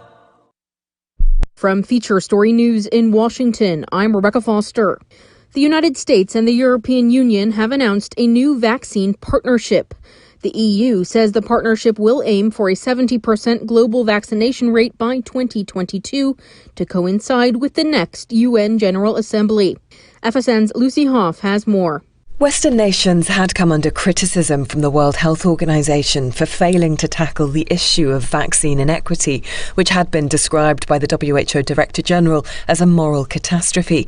Speaking from the UN General Assembly in New York, EU Commission Chief Ursula von der Leyen said the EU would work alongside the United States in a new partnership to boost vaccine production in low and lower middle income countries. There'll also be coordination on investments to build regional manufacturing sites. President Joe Biden announced the United States would buy 500 million more Pfizer vaccines to donate overseas. UK Prime Minister Boris Johnson has urged France to get over its anger over the new security pact between Britain, Australia and the US. Paris says it feels stabbed in the back by the AUKUS pact, which led to the cancellation of a submarine deal between Australia and France. Our UK correspondent Ollie Barrett reports. Speaking in franglais, comments from Boris Johnson that may not go down well in Paris.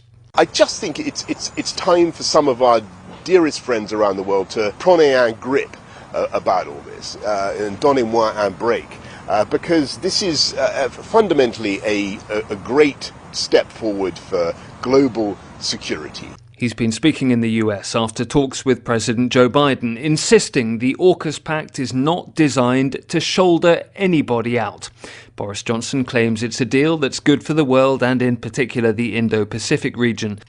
One of Australia's largest earthquakes in years has left buildings damaged in the city of Melbourne, although there have been no reports of casualties. The magnitude 6 quake was felt as far as South Australia and New South Wales, many hundreds of kilometres away from the epicenter. The German government has given a fresh timeline on when it expects the country will reach herd immunity against COVID-19.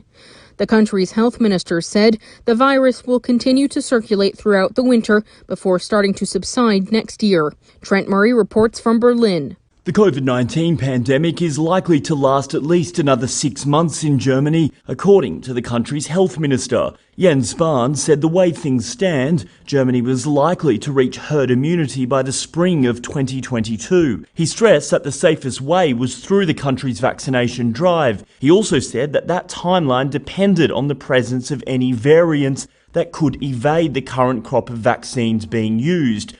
From bureaus worldwide, this is FSN. You can stick it to the man and big tech. Join our FTL social mastodon at social.freetalklive.com.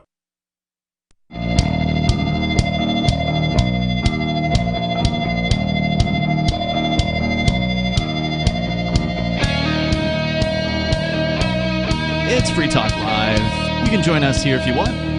Take control of the airwaves. Bring up whatever's on your mind. The number is 603-283-6160. That's 603-283-6160. Here in the studio tonight, it's Ian. It's Bonnie. Lori.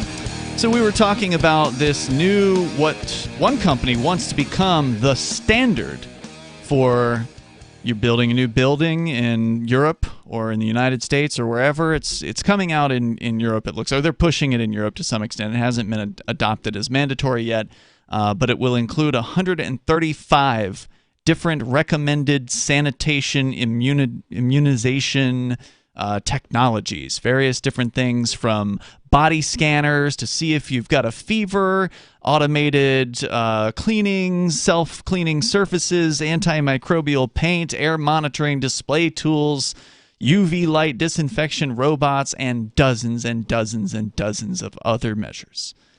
And they want this to become mandatory. This led to a larger conversation about kind of the dumbing down or the childification of America, where everything is so safe now, and it has been going in this direction for decades. So the whole COVID scare is just sort of the icing on this cake that they've been building, this obedience cake, if you will, that they've been inculcating people with, the fear that they want people to experience constantly, to look to experts, government gangsters, medical people, corporations, to look to these people to protect them and to keep them safe. And so we're seeing the true full expression of that right now all around us in society. And this so-called immune set of standards for buildings is the next step.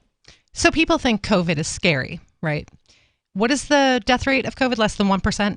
Oh, much less. So yeah, like a tenth of a percent. What is the death rate for immunocompromised people for COVID? I'm sure much higher. A little higher. So what happens when everyone's immunocompromised? Because we live in sterile, sanitized environments per mandatory regulations. Everyone has no immune system, and then something new comes out, and then we have a massive deaths. Yeah, mass extinction event, like a real one. That's disturbing. Yeah. And are they planning that, or are they just that ignorant and they're just kind of bumbling into this potential future? I don't know. They think they're gods. Well, there was that girl I don't know if this was just a tweet or how credible it is, but you read me a girl saying, I was diagnosed with an immune disease, a rare immunodisease the week after I got the shot, and I would still get it again. Oh, yeah. That's right. Yeah. I saw people on social media. I have a fake Facebook. Don't tell Zuckerberg. He'll kill me. But I saw people like, I'll put on a disguise just so I can get more shots. I want to, I want to go from place to place so I can get more shots. Mark. Wow. Yeah. That is so nuts. Yeah. That's not how it works. If you've seen any of this and you want to, share your stories, you're welcome to join us here. The number is 603-283-6160. It really is, it's clear that we cannot live together with these people. That there is no, the division has become so crystal clear between the type of people that are, a little bit more like our last caller, like, hey, we're willing to take a risk. We're willing to, get some bad things into our body to be stronger as a result of that over time. And then these other people that want to be living in a bubble. Mm-hmm. I mean, Last year, there was actually a band, I forget what they were called, they were like a punk band or something like that literally required all of their attendees to their concert to be in a 6-foot bubble. Wasn't that Foo Fighters? No. Oh. No, it was something else. It was one that just was a little more obscure. Punk band. I don't understand clinging so hard to the thought of life when that's what life is. Is experience and, risk. I mean, but not what they want. That's not what they want. They're clinging so hard to a life that's, regulations, no privacy. Yeah. No bodily autonomy, things total pushed control. on you. Yeah, total control, being a child. But as long as you can breathe for another year. Right. Who cares? What's the point of that? What's the point of that life? Right, there isn't one. Well, pretty soon it will just all be AI, or what is that, VR, and you can experience things. Yeah. I've been experiencing, what is that place called at the Playa? Oh, right, Burning Man. I'm experiencing Burning Man from my home. No. Not the same. I'm having a dance party. By myself. I mean, I do that all the time. Every night I go to sleep. Mm-hmm. Oh, exactly. Yeah, it's not the same, and it's not even close. And for people to, think that this is some sort of better world that they're creating, I'm sorry. Mm-mm. We cannot live together. Well, but they won't let us live alone either. They want everyone to do what they're doing. Yeah. Oh, yeah, you can't just You've got to go along. You've got to go along. Mm-hmm. Or You're else. not allowed to just not be near us either. Like, you can't just stay on your own side and we'll stay on our own side. You have to do what we say. That's why separation is the most important way forward. I mean, there's no other way forward here because these people aren't going to change, right? Like, this is their belief system. Mm-hmm. This is their religious belief system.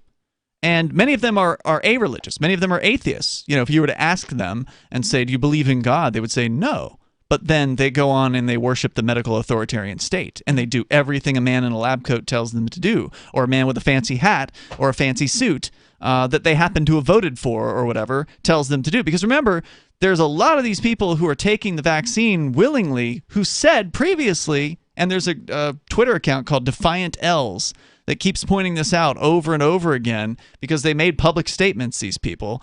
Back in 2020, when Trump was still in office, it was, I'm never taking the Trump vaccine. There's no way I'm going to take the Trump vaccine. Well, then Trump lost the election, and now all of a sudden, the vaccine's fine. Yeah, it's the same vaccine. They're lining up for it. They're proud. They're wearing their stickers. Yep. The happiest moment of my life. Oh, my God. There was a woman who posted that on... It was a photograph of her getting the vaccine. A selfie, like she was taking a picture of herself. Wearing a mask, of course. The doctor giving it to her. With a needle in her arm. The happiest moment of my life. Sad life. Yeah. There are so many things that I can think of. And this woman was happier. Clearly like in her late 40s. So she'd had a long life up until this point. It may not last much longer after this because some people believe that this vaccine is actually killing people, like purposefully killing people. Some people have voluntarily reported that it's harmed them. A lot of people, hundreds of thousands of the volunteer reports on that. And we learned last night that many of those reports, or a lot of reports, are not being reported. A lot of the numbers are understated, effectively, in VAERS, this voluntary reporting system. And that could be because of a conspiracy, like hospital executives saying, hey, don't report this stuff.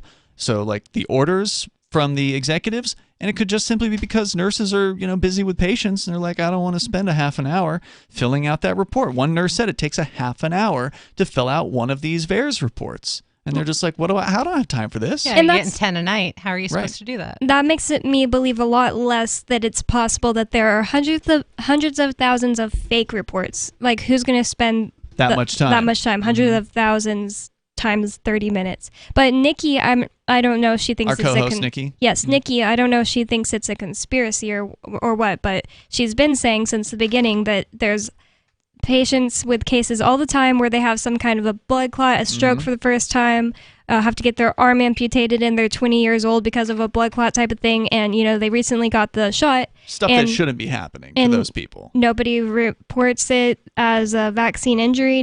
Everybody says that has nothing to do with each other. Well, I mean, it could be total coincidence. So it's like, it's not even a conspiracy that these things are being underreported. It's like straight from the mouth of a healthcare worker since the beginning of the vaccines this year. And when you talk to somebody like Nikki, who actually works in a hospital, and she says that she's seeing more people in in a time of year when normally the hospital isn't as busy. They're seeing a lot more people coming in for these issues than they had in previous years. So it's like, yeah, correlation isn't causation, so you don't really know. Like if somebody comes in and they have blood clots and they also happen to have gotten the vaccine, it doesn't mean that the vaccine caused the blood clots. But it's interesting that more of that's happening now than normally would, and it seems to coincide, so I don't know. You got to draw your own conclusions here. 603-283-6160. That's 603-283-6160. But one thing you can say for sure is this thing is still in the testing phases. Whether, it's been quote-unquote approved, it's being tested on people widely right now. More coming up. This is Free Talk Live. The Free State Project has reached its goal of 20,000 liberty lovers who've pledged to move to New Hampshire and get active to achieve liberty in our lifetime. Perhaps you're trying to figure out what part of New Hampshire should be your destination.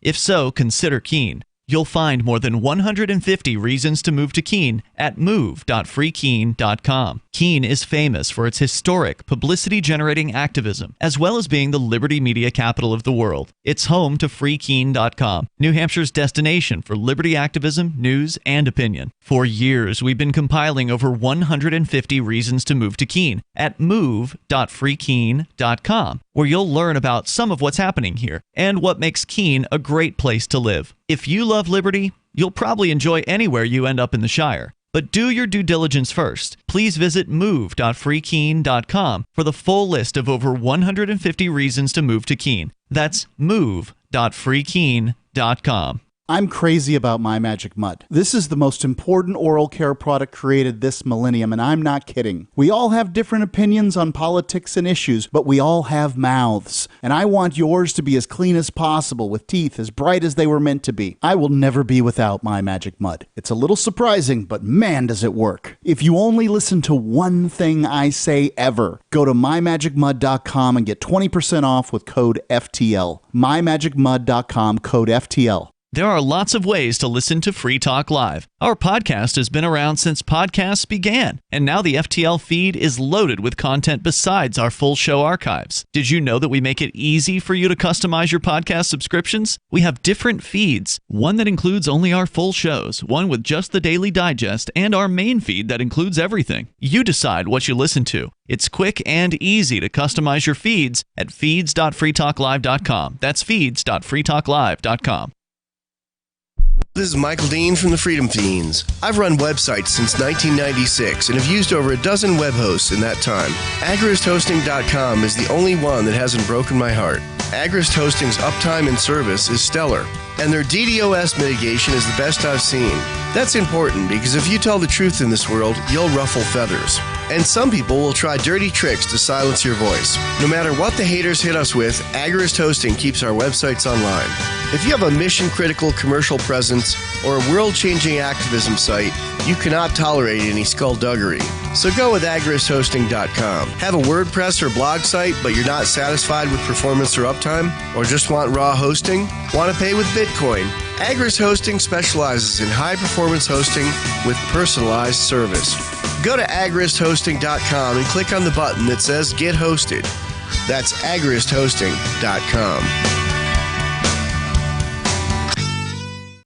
What if you want to hear the latest episode of Free Talk Live, but all you have is your phone, you forgot to download our archive, and you have no data connection? You can call our Listen line at 641-793-0191. That's a long-distance number, so you may incur charges. If not, listen as long as you want. 641-793-0191. The Free Talk Live Listen line, 641-793-0191. There are basically two types of advertising, direct response and branding. Radio's great for direct response with its low cost to listener ratio, but audio can't be beat for branding, which is a longer term endeavor. You want to be the first thing that someone thinks of when they think about your product or service. If you have a local business that you want kept top of mind in your community, call the station. If you need national reach, Free Talk Live's got around 200 radio stations, millions of monthly listening sessions, can suit all budgets, and if we don't think we're right for you, we'll tell you. Email me, mark@freetalklive.com. Don't miss a moment of Free Talk Live. Get our archives daily via our podcast at feeds.freetalklive. DHHS.com.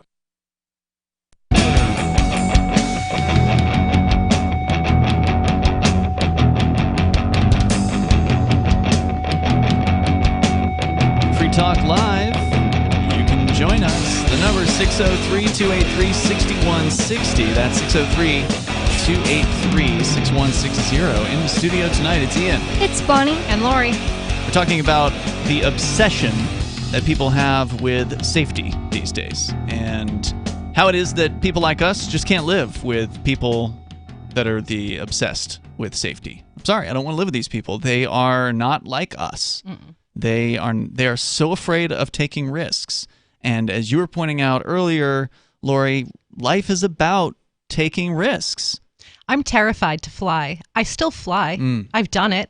I'm so scared of it. But I mean, have to just, that's the difference between, bravery and cowardice. I don't think fear itself is the problem. It's the cowardice. Being willing to overcome the fear, right, to do the thing you want to do. Right. Fear is a tool. And usually when you're afraid of something, but you have to force yourself to do it, you realize it's not as bad. So that's how people learn to stop being, just completely, I'm not going to get on a plane.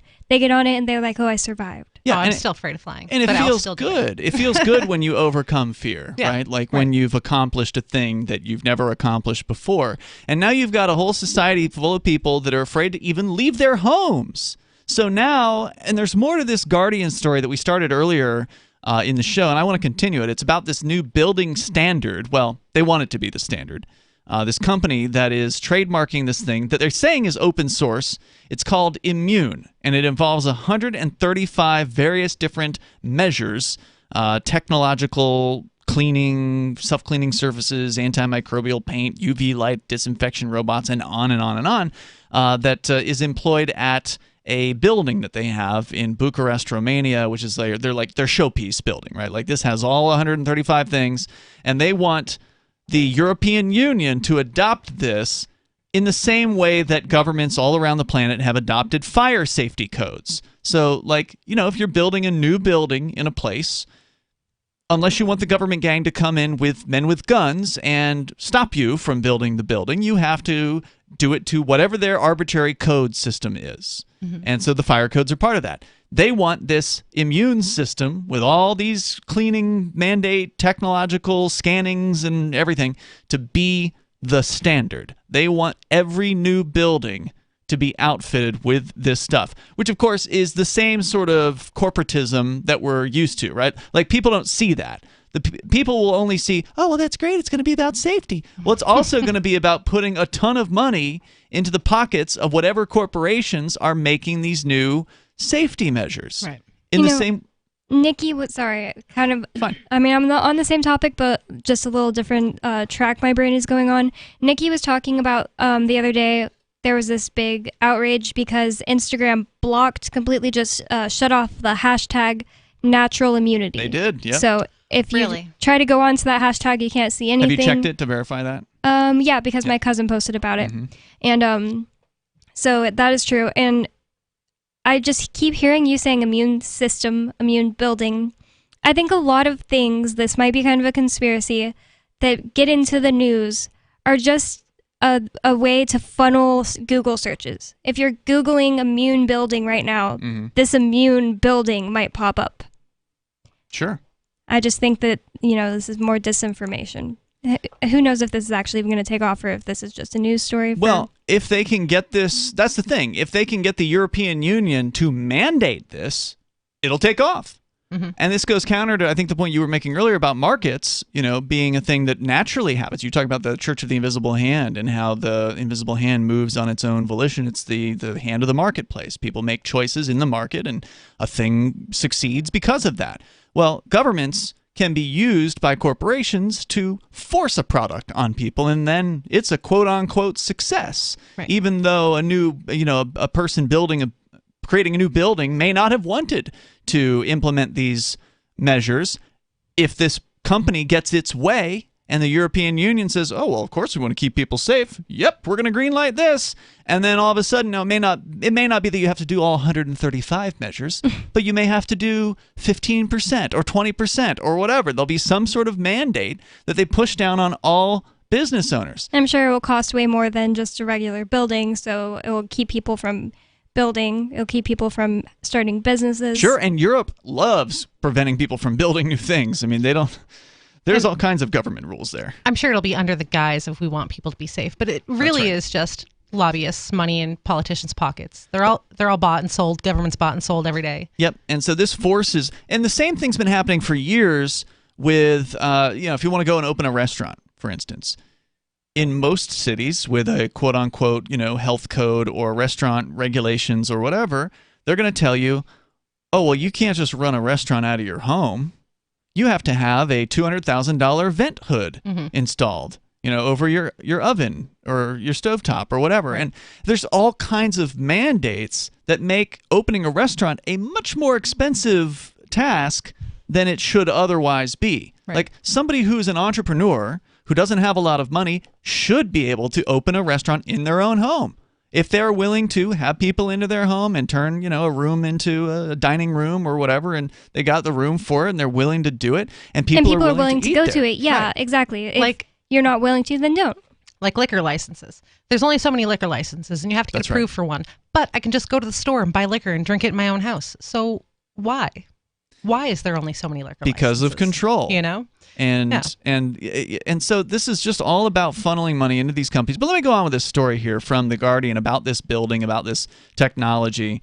So they're saying that the plan embraces everything from technological innovation and scientific knowledge to workplace psychology, he says. This is the designer, one of the team members here of this corporation. He hopes it'll embolden both employers and employees, millions of whom are now engaged in an intense conversation about whether it's safe to return to the office, and if so, how. The project is, in effect, his attempt to help revive the commercial real estate industry, shunned by investors at the height of the pandemic. He's keenly aware of the risks to his business if companies decide they no longer need or cannot afford office space. The Swedish telecommunications company Ericsson is the current occupant of H3, which is the building that we were talking about earlier, which is their showpiece building with all the 135 measures in it. It's a 15,500 square meter space that's been retrofitted over the last year at a cost of €375,000, split between the company and the landlord. Normally, there would be 2,000 employees in the office. Now, there's just a smattering of them, occupying well-spaced desks or meeting rooms, which they reserve through a digital booking tool to avoid overcrowding. After the summer, an initial 20% of the workforce is expected to return. A representative of the company in Romania who wished to remain anonymous said, quote, "We need to gain people's confidence, to reassure them that we've done everything to protect the building's health so as to protect theirs, and we want to give them as much information as possible," he said. As communication is considered key, employees are encouraged to use a large screen in the entrance foyer, called a digital twin display, to, quote, "take the building's pulse." As Genesis's IT manager, Dragos Kozma, puts it, he demonstrates a detailed 3D map of the entire building with touch points displaying the array of immunity-boosting measures. Staff are invited to check on everything from how many bottles of rubbing alcohol are left in the store cupboard to how much radon, volatile organic compounds, carbon dioxide, or humidity is inside the building. They can compare the levels of the different floors and to previous days, or watch videos explaining the science behind the reverse osmosis water purifier in the cellar. What a waste of time if you're at work. It's insane. The technologist is insane. Stupid. And they want this to be the standard. I see people all the time with like a mask on in the public bathroom at like the grocery store or whatever, and then they use this stupid air hand dryer that blows poop all over your hands. I seriously, I don't breathe. I get out of there as soon as possible when people turn those on. They literally have been proven to be very, very disgusting, and they just blow that all over your hands after you just wash your hands. It's okay. They have a mask on. Protect them. Oh, true. Also, they don't read, so they don't know about that. The technology behind the virus killer machine, or the sensors fitted to prevent Legionnaire's disease, which was detected in the pipes during lockdown. Being IT specialists, the employees appreciate this gadget-like approach, says the company representative. Elsewhere, simpler measures include doors fitted with attachments, allowing them to be opened with an elbow or lower arm. Fittings and floors have been given rounded edges wherever possible. Oh my God. There it is. Wow. And fewer corners or fewer corners mean germs have less chance to gather? What? That doesn't make sense. That doesn't make any sense. No. In fact, a corner has less surface area than a curve. Right? That's what I would think. I don't know if that's right. Well, we're going to get into the toilets coming up here in moments. What's that like in the new future, the new normal of office buildings? Because these pussies are too afraid to return to work. So these companies are pandering to every possible thing that they can do to say, no, it's okay. Come on back in. Look at all of our safety measures. 603-283-6160. Hour number 3 is coming up. It's Free Talk Live. Breaking weather news. Belize is sunny and around 82 degrees every day this week. What's the forecast for your life? If current politics and economic prospects are cramping your freedom, escape to the tropics. ECI Development has affordable second homes for you to own or rent in Belize and other tropical countries. Places with stable governments and growing economies. Secure your freedom now.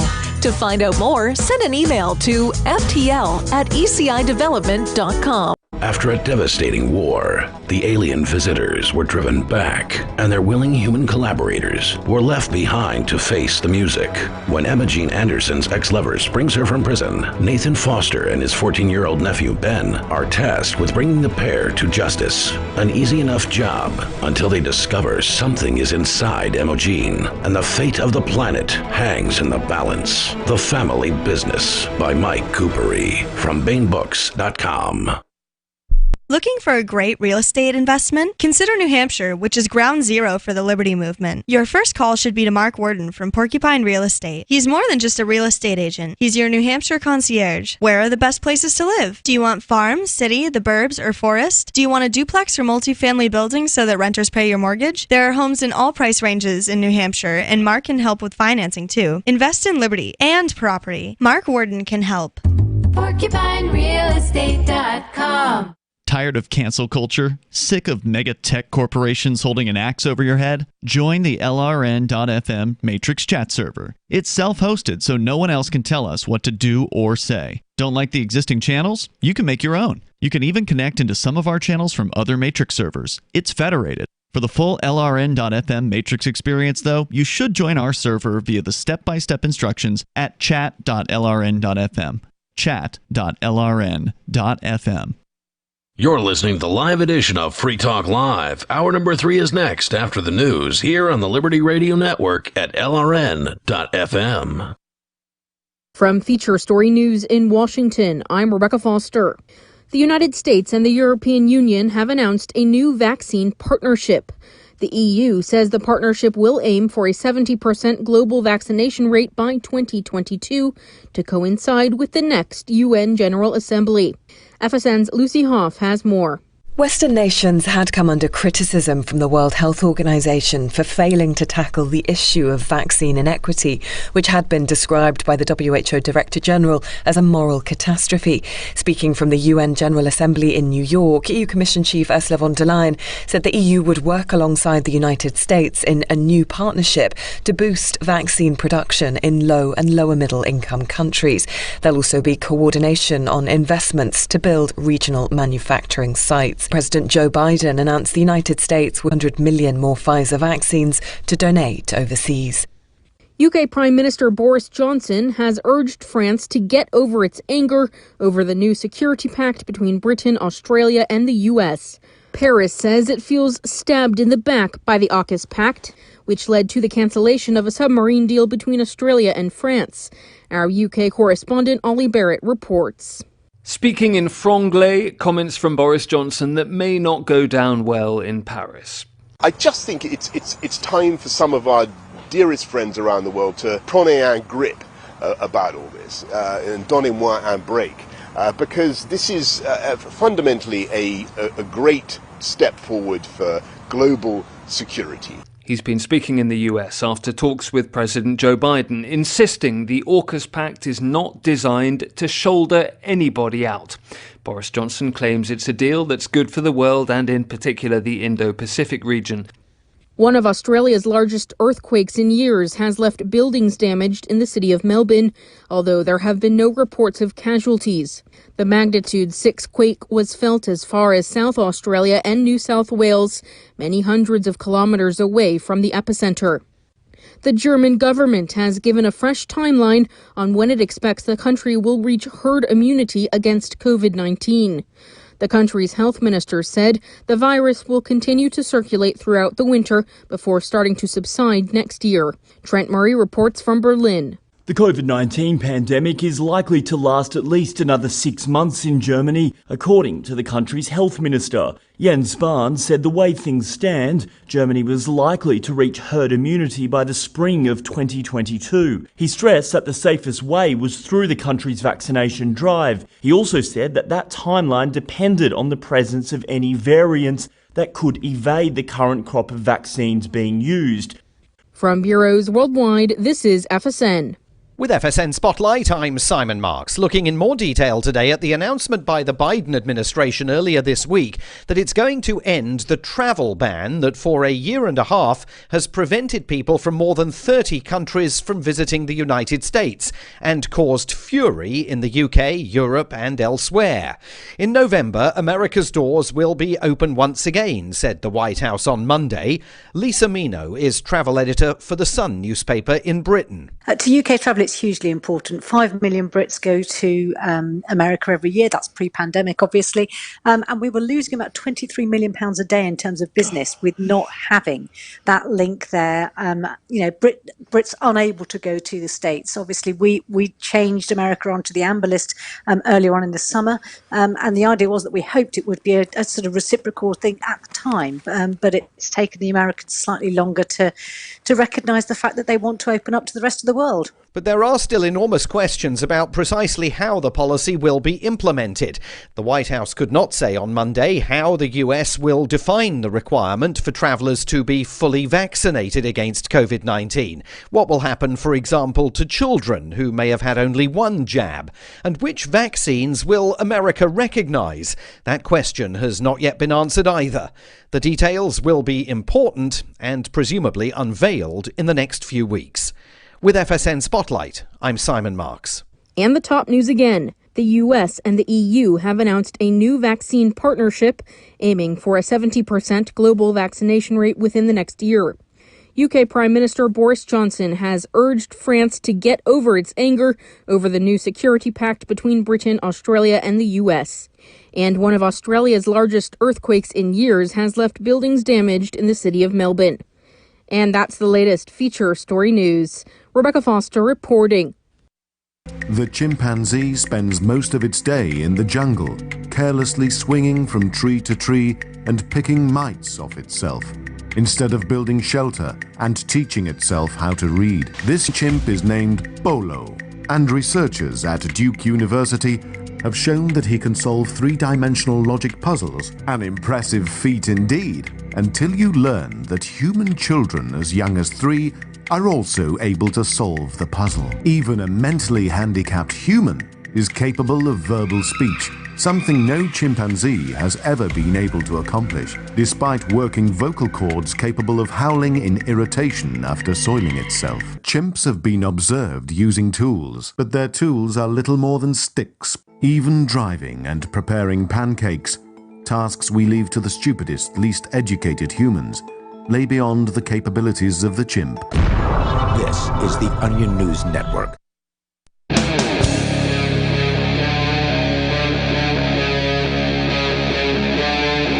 Free Talk Live.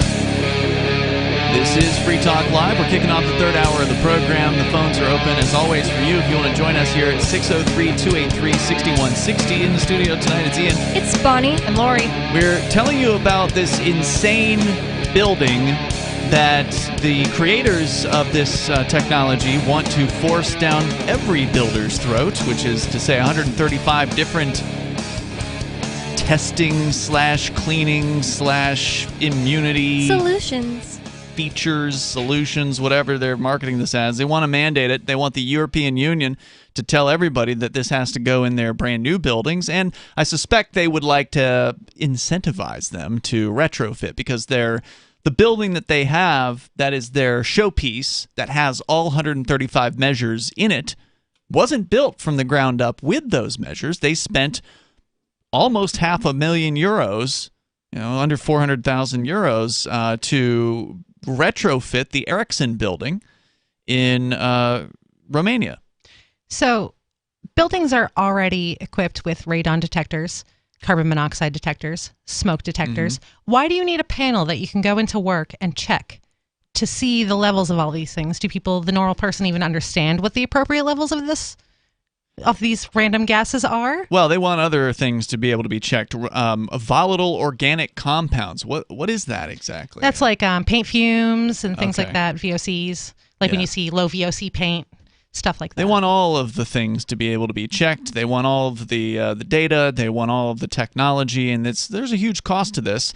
But they say there's no cost that's too much to make their employees feel safe about coming back to work. And I bet that's what the employee checking kiosks are for. It's just to make people feel like there's a feature for them, so the people vote for this. Yeah, there's no reason for the average person to be able to need to check those things, is what I'm saying. All it causes is they just want them to feel safe. Obsessive, compulsive checking that you're safe at all times, and you probably don't even understand the data you're looking at. Oh, but you'll be able to download an app, I'm sure, too, for your phone, so you can check it anytime. That way you don't have to use the same touch screen that other people have used in the front of the building. Open it with your eyeball. Toilet cubicles, just the remainder here of this story. It's so crazy, all of this, but I figure you need to hear the whole thing. Toilet cubicles are floor to ceiling, as it is considered safest for people to be enclosed in their own cubicle with air conditioning, as there is not the recommended 2-meter distance from the next toilet. At night, so presumably that's what they'll be designing in new buildings, right? That's normal. I feel like I've seen that. No, floor to very rare. Floor to ceiling. No, it's always like that weird gap where someone's watching you pee and like toddlers are running under the door, like looking up your skirt. Oh yeah, I've literally had a toddler like looking. Yeah, it's so awkward. I don't know why that's not normal, like floor to ceiling. It's coming. At night, a 1.2 meter tall robot traverses the building using UV light to disinfect and eliminate pathogens. During the day, hydrogen peroxide ions are emitted from strategic points in the ventilation system. Transparent panels have been fitted in the ceilings so that the mechanism can be seen. See, that way you know it's going on. You're safe. He says visibility is everything, says Bonner, because again, this is all about how people feel. Ultimately, is this anything more than what has been referred to as hygiene theater, asks The Guardian? There's a question as to whether investing millions of euros to retrofit a building is worth it, given that the spread of coronavirus partly relies on human behavior. The scientific consensus is that COVID spreads through droplets and aerosol particles in the air and rarely via surfaces. In general, the advice has been to avoid indoor spaces. Tudor says employees will still be encouraged to employ low-tech cross-ventilation method.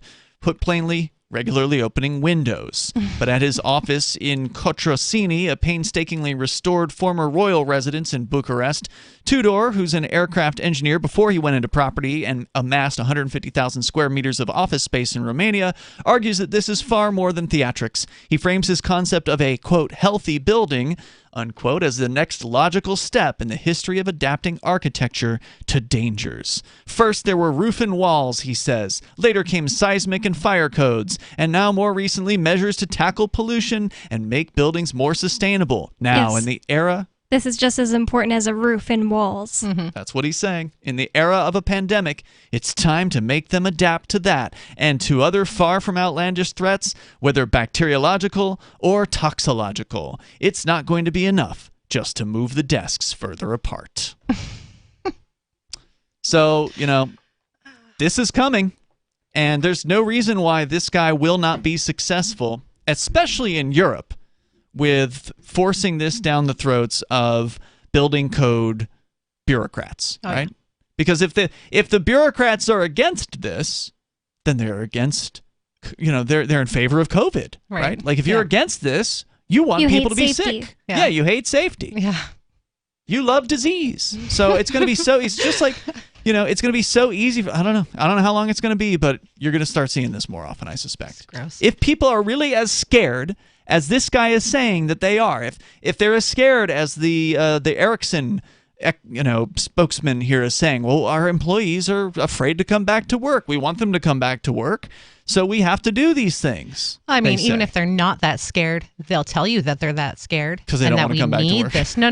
The government or the people trying to sell these products will tell you that everyone's so scared. That's the information you're going to hear, and to push the product and to push the Well, we live in a world where we don't encounter those people in our lives because we've moved to New Hampshire and we can literally surround ourselves with like-minded individuals because there's that many people who've migrated here as part of the Free State Project or the New Hampshire Freedom Migration, whatever you want to call it.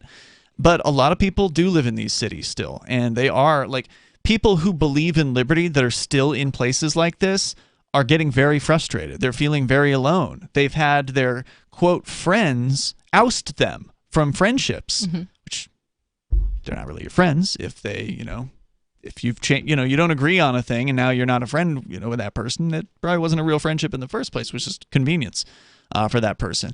But this is really a thing. Like, there really are people that afraid out there, and that's what's going to drive this. The fear is going to drive this adoption. It's going to drive the spending of a ton of money. And as they point out here, these commercial real estates have dropped in a tremendous value. Like, there's not a demand for it anymore. It used to be a good marketplace, right? Because businesses need a office space for people to work, and now all of a sudden it's okay to work from home.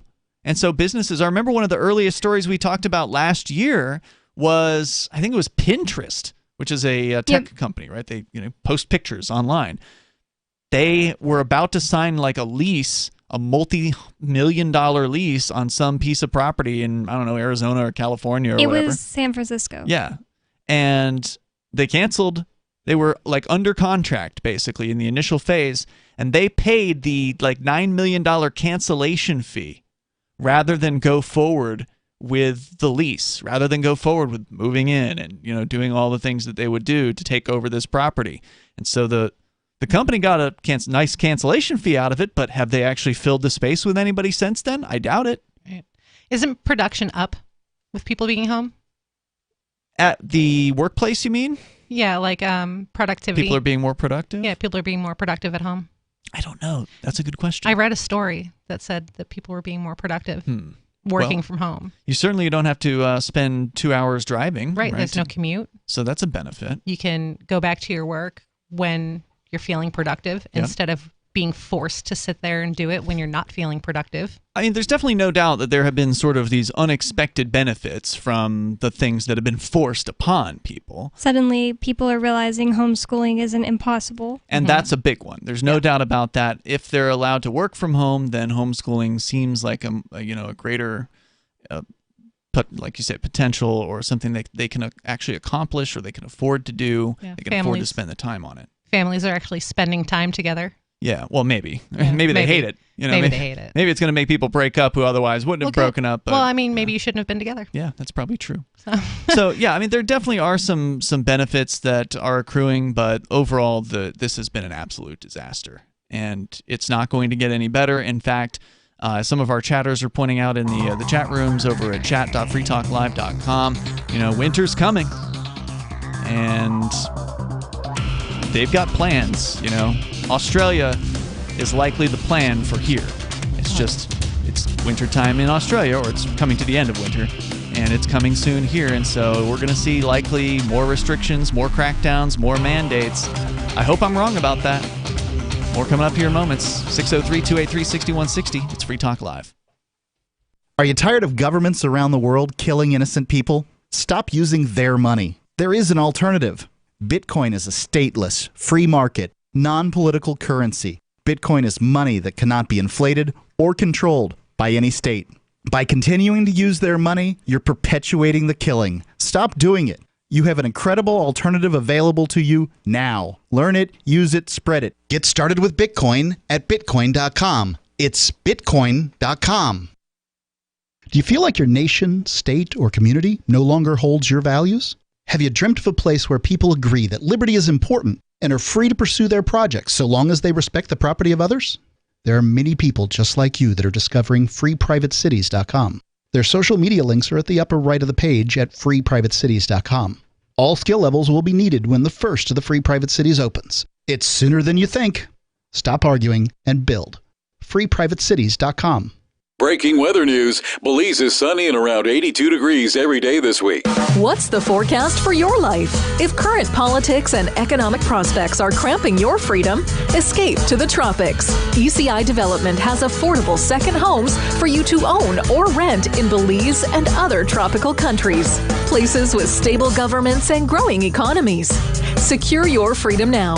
To find out more, send an email to ftl@ecidevelopment.com. When a lunar observatory detects a radio broadcast originating from Proxima Centauri, the nations of Earth discover their first contact with an alien race may also be their last. With the Proximans facing an extinction-level disaster, Earth must choose between sending a ship on a multi-year journey or allowing nature to take its course. Saving Proxima, a hard science fiction thriller by Travis S. Taylor and Les Johnson from BaneBooks.com. We have some good news. The indictments against Ross Ulbricht in the District of Maryland were dismissed with prejudice, meaning they can never be refiled. This is especially good because those indictments contain the only charge ever made that Ross engaged in murder for hire. This was a serious allegation that Ross Ulbricht denies. It was never prosecuted or ruled on by a jury, but was trumpeted by the federal government and the media as if it were proven fact. The Maryland court held these indictments for almost 5 years, poisoning Ross's case and leaving him under a cloud of unproven allegations. As explained in Ross's appeal to the Supreme Court, the fact that the judge used these allegations to give Ross a draconian sentence of double life without parole violated his Sixth Amendment right to a jury trial. Judges are required to issue sentences based on convictions decided by a jury, not unproven allegations never even charged at trial. Although this is a positive development, the dropped indictment will not set Ross free. Now, a presidential pardon is Ross's only hope of freedom. Sign the petition at freeross.org. freeross.org. Some of you asked, and now we've delivered. LRN.FM's live Keene, New Hampshire studio shows are now streamed in HD on Twitch. Visit our channel at twitch.lrn.fm and give it a follow. If you have Amazon Prime, you get one free subscription on Twitch. If you use it on our channel, Twitch will give LRN.FM a monthly piece of your Prime subscription cost. So please watch, follow, share, and subscribe to twitch.lrn.fm. That's twitch.lrn.fm. So you've signed the Shire Society Declaration and are planning your move to New Hampshire to be around more liberty-oriented people. Next, sign up for the Shire Society Forum at forum.shiresociety.com. There are a bunch of people there who are already in the Shire, and they want to meet you. If you're already in the Shire physically, you should also come by the forums. Remember, not everyone uses Facebook. New people are signing up for the Shire Society Forum every month, so drop in and say hello at forum.shiresociety.com. We're still not sure why you'd want to watch, but our video feed is streaming nightly for free at cam.freetalklive.com.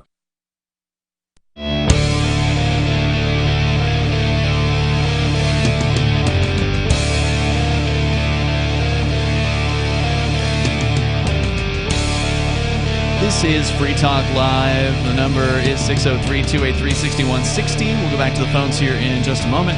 But I do want to let you know about the upcoming conference, Liberty in Our Lifetime.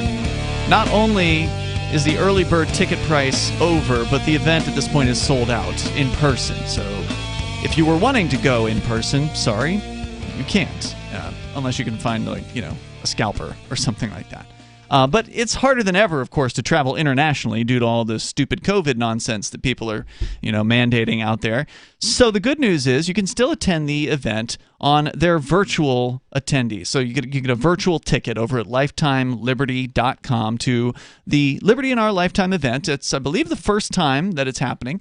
It's being held by the Free Private Cities Foundation, and they're going to explore projects that are happening right now around the world that are working to achieve a lofty goal of securing freedom in our lifetime. Speakers will be from Crypto Valley, Prospera, the Seasteading Institute, and more. And they'll be speaking at this October 16th event. You can get your digital tickets now at lifetimeliberty.com. See what people are doing all around the world to create voluntary societies with a live and let live attitude at lifetimeliberty.com. In the studio tonight, it's me, Ian. It's me, Bonnie. And Lori. Let's go to Major Payne. He's on the line in Michigan. You're on Free Talk Live. Major Payne.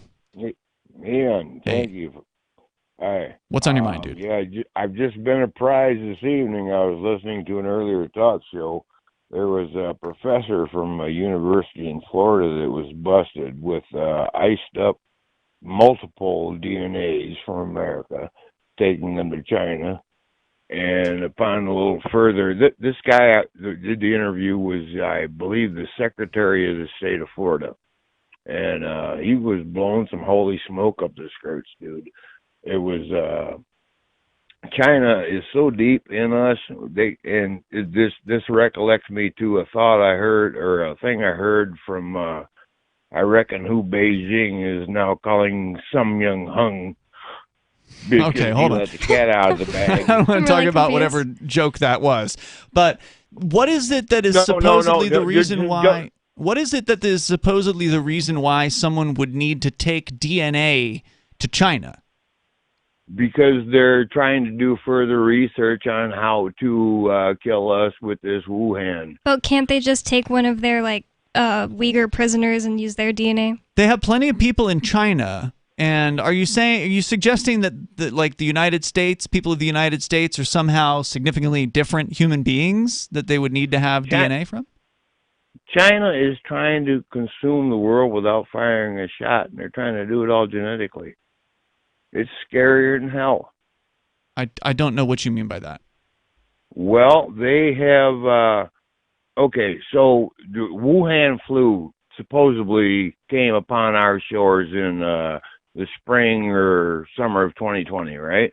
Well, some say it was here back in the fall of 2019. But regardless, there are also people that are pointing out the United States was behind the funding of that particular development in the Wuhan lab. And all of these things are true. So why would a guy need to be smuggling DNA over there if the United States government is funding the program? You understand the U.S. government collects DNA from all of its prisoners, right? Because China is very scary, and the United States government is here to protect us from China. Ridiculous. But yeah, that is that is what they want you to believe. Yeah. I think they probably need fresh fluids to do fresh testing. No. They have way more people there than here. DNA is just data, dude. It's just information. They just copy that information, and then they do whatever testing they need to do on it. Look, this story came out last year. This is old news, Major Payne. This isn't even in the news right now, and at the time it was questionable at best. Like, this isn't real, from what I can tell, a real story. And look, I'm not trying to say China's a good group of people. Like, the Chinese government is evil. They are communists. There's no doubt that they are a bad group of bureaucrats, right? Like, they have detention centers, they have re-education camps, they have all this stuff, and they have social credit score systems.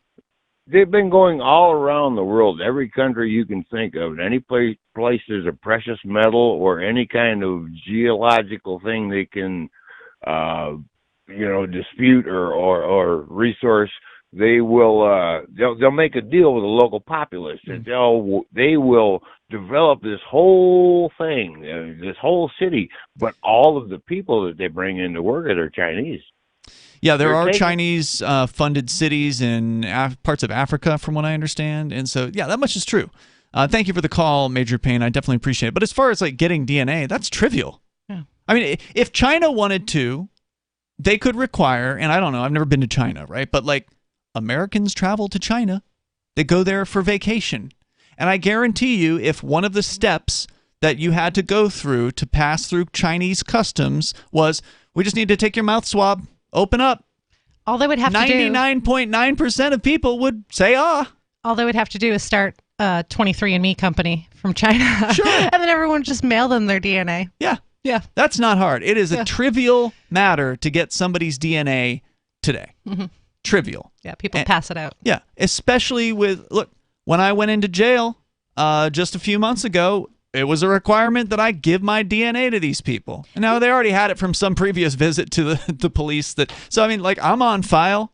I know, and it doesn't really make any sense. For any of the charges, you still just have to give your DNA. It doesn't matter what the charges is, what I meant to say. When I got in trouble for a DUI in Utah in 2016, 2 weeks later, they went to my parents' house looking for me, and my dad called me and was like, hey, the police said you got to go over to the station. This is the state of Utah? Or the federal? The federal, it's on Dugway Proving Ground, so Mm-hmm. I don't know if they're MPs or what, but Okay. there's some weird group. But It's federal. Anyways, I had to go to the police office. I didn't know anything about my rights. And nowadays it would have been like, nope, I'm not doing that. If you guys needed it, you should have got it when you arrested me or whatever. Mm-hmm. But I had to go to the police station and get a mouth swab 2 weeks after I got a DUI charge thing. That's ultimately why when, the whole 23andMe or Ancestry.com came out, I was just like, sure, I'll do it. I don't care. I'm already Yeah, me on the too. record. Exactly. They already have my DNA. I didn't do Ancestry.com till after that. I was like, they already have it. Even if they didn't, if your, aunt, uncle, cousin did it, then they also have They got you. part of your DNA. They just need enough pieces to stick together. True. So thank you, Major Payne, for the call tonight. I do appreciate it. Again, the number here is 603-283-6160. It is a brave new world, that we're going into, and they've got a lot of data on you, and they're only going to get more with, going back to the beginning of the show with these little grains of rice, these little flyers that they're going to release into the air for population control. Mm-hmm. Whatever that means. We're going to find out. Again, you can bring up whatever's on your mind. Still to come here, there's a Jeffrey Tucker story.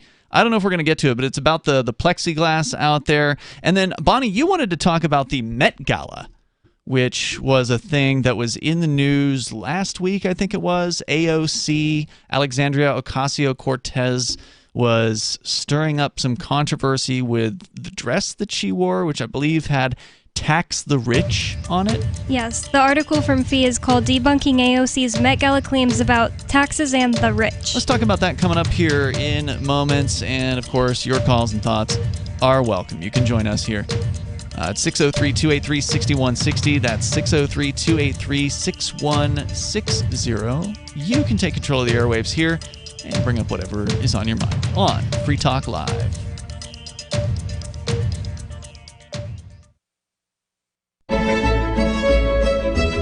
Carl Watner, longtime proponent of a voluntary society, died last December. You may have seen his articles published on his website, voluntarist.com, in his newsletter, The Voluntarist, the Mises Institute, or elsewhere over the last 40 years. His newest book, I Must Speak Out, Volume 2, The Best of the Voluntarist, is now available via Liberty Under Attack Publications. This 430-page second volume spans the years of 2000 through 2020 and includes articles by Carl Watner, Hans Hermann Hoppe, Carl Hess, Benjamin Tucker, George H. Smith, Lysander Spooner, Pete Eyre, Joyce Brand, and many others. I Must Speak Out is for the newly initiated, the veteran voluntarist, or anywhere in between. Buy the book now at libertyunderattack.com/voluntarist. For more great content on building a voluntary society and for Carl's extensive archives, check out voluntarist.com.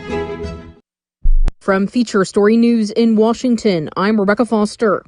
The United States and the European Union have announced a new vaccine partnership. The EU says the partnership will aim for a 70% global vaccination rate by 2022 to coincide with the next UN General Assembly. FSN's Lucy Hoff has more.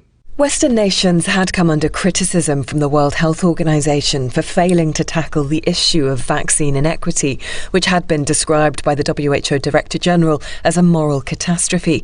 Speaking from the UN General Assembly in New York, EU Commission Chief Ursula von der Leyen said the EU would work alongside the United States in a new partnership to boost vaccine production in low and lower middle income countries. There'll also be coordination on investments to build regional manufacturing sites. President Joe Biden announced the United States would buy 500 million more Pfizer vaccines to donate overseas. UK Prime Minister Boris Johnson has urged France to get over its anger over the new security pact between Britain, Australia and the US. Paris says it feels stabbed in the back by the AUKUS pact, which led to the cancellation of a submarine deal between Australia and France. Our UK correspondent Ollie Barrett reports. Speaking in franglais, comments from Boris Johnson that may not go down well in Paris. I just think it's time for some of our dearest friends around the world to prenez un grip about all this, and donnez-moi un break, because this is fundamentally a great step forward for global security. He's been speaking in the US after talks with President Joe Biden, insisting the AUKUS Pact is not designed to shoulder anybody out. Boris Johnson claims it's a deal that's good for the world and in particular the Indo-Pacific region. One of Australia's largest earthquakes in years has left buildings damaged in the city of Melbourne, although there have been no reports of casualties. The magnitude 6 quake was felt as far as South Australia and New South Wales, many hundreds of kilometres away from the epicenter. The German government has given a fresh timeline on when it expects the country will reach herd immunity against COVID-19. The country's health minister said the virus will continue to circulate throughout the winter before starting to subside next year. Trent Murray reports from Berlin. The COVID-19 pandemic is likely to last at least another 6 months in Germany, according to the country's health minister. Jens Spahn said the way things stand, Germany was likely to reach herd immunity by the spring of 2022. He stressed that the safest way was through the country's vaccination drive. He also said that that timeline depended on the presence of any variants that could evade the current crop of vaccines being used. From bureaus worldwide, this is FSN. Yep, we still do email. Drop your email address in the entry box at freetalklive.com, and you'll be kept in the loop with Free Talk Live.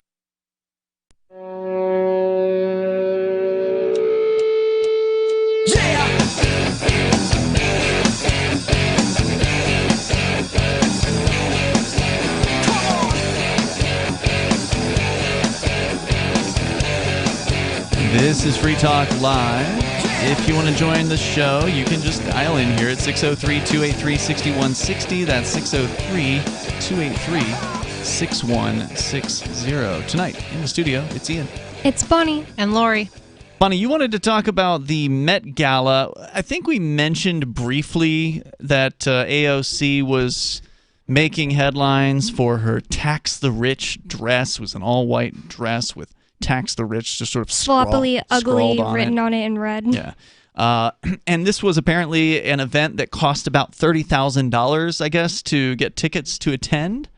You know, if you weren't, I guess, invited or whatever, or maybe it wasn't invite-only thing, you still had to pay. I don't know how it works, but apparently it was a real, like, highfalutin kind of affair. And so she was surrounded by rich people who, of course, were fawning all cheering over her it. on. Yeah. You've got a story about this. This is from FEE, the Foundation for Economic Education, debunking AOC's Met Gala claims about taxes and the rich. Last week, the annual Met Gala was held in New York City. Among the eye-catching looks of the night, the dress worn by Representative Alexandria Ocasio-Cortez with the words "Tax the Rich" written across the back may have stirred up the most conversation and controversy.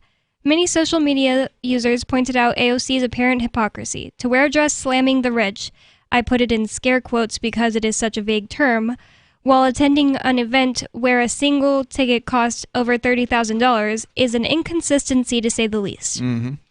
But while much focus has been placed on the juxtaposition between AOC's dress and the event she was wearing it at, noticeably less attention has been paid to addressing the substantive I'm not sure what that substantive. Substantive claim that she is making, namely that the rich do not pay their fair share of taxes. So do the rich pay their fair share of taxes? I hate the idea, by the way, of a fair share. Yeah. Because he's putting it in quotes. Okay, good. I'm glad to hear that because this is, you said fee, right? Yes. The whole idea of fair share, there's no amount of taxing that is fair. Yeah, there's no amount of being all. Stolen from that is fair. Because that's what taxes are. It's straight up extortion of the things that you earned. You created that by working the marketplace, and it should all belong to you. And if you want to give it to somebody, if you want to give it away to a charity or to help people with whatever, feed people or clothe people, or that's what you should do. You should be able to make those choices for yourself. Yeah, please tell me what exactly is my fair share of Medicare when I'm never going to receive it. Right. And I still pay it. Public schools. Public schools. Like, when I don't my have kids are never going to a public school. Right. Why should you pay for it? Why should I pay for someone else's kids to go to school? Great question. Because society. No.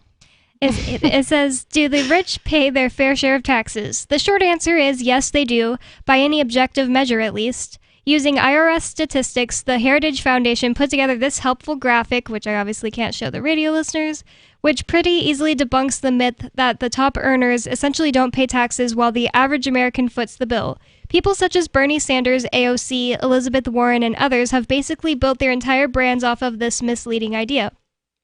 While those in the top 1% of earners accounted for 21% of total income in 2018, they paid 40% of all taxes.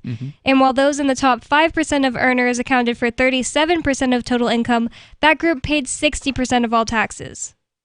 That's 100%. So No, I think they're saying that the first group is included in the second group. Oh, okay. Yeah.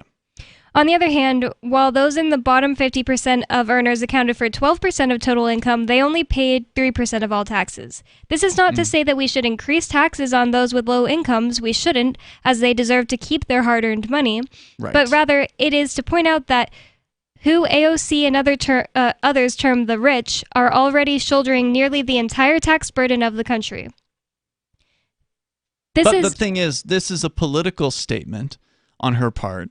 And the reason why they play to this crowd is because it works. Yeah, people don't think about things this hard. They've demonized rich people for decades, and so there's no amount of punishment that is too much for those dastardly rich people, the very same people that gave a ton of people jobs, right? Like the reason why a lot of people have jobs is because some rich guy or group of guys or gals or whatever invested money into a company, not knowing if it was going to work out.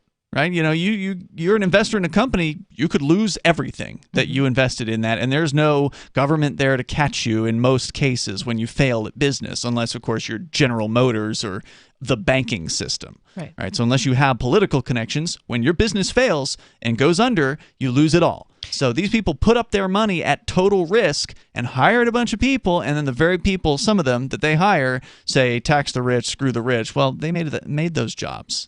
It's easier for them to vilify people who have to people who don't have instead of saying, we're the ones spending all of the tax money. Yep. Blowing up people in other countries and frittering it away on ridiculous don't look at the contracts. $2 trillion that was spent in just Afghanistan. Right. Yep, the rich are the scapegoat for the politicians to point at, and that's literally exactly what AOC is doing and getting cheered on, even though she's the actual, person, or not the only one, but she's part of the actual system that actually makes people poor. Yes, she is. And the government does make people poorer by doing things like printing more money, printing trillions of dollars in just this year and more in the last year.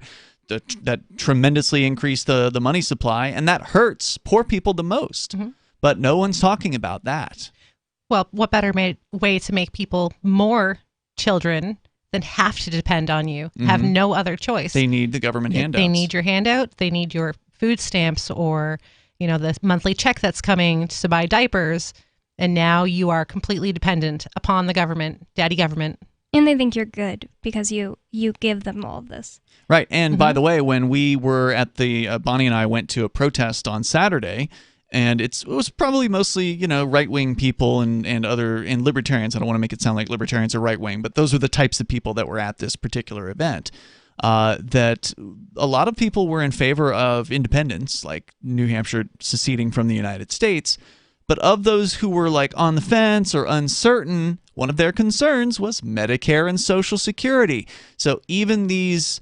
And I'm, again, presuming these people were conservatives that we were talking to based on kind of the signage that they had and some of the answers to our questions that we were asking. Even these so-called small government conservatives, they still got their welfare. And they're counting on that. Right. Even though they know that after some number of years, they can't count on it because it's the government. And the government's admitted that they're going to run out of money someday. So they know that. But still, that was their number one concern was, well, what about my payments? Right. Their futures are crippled by selling the futures of the unborn, 40, 50 years ago.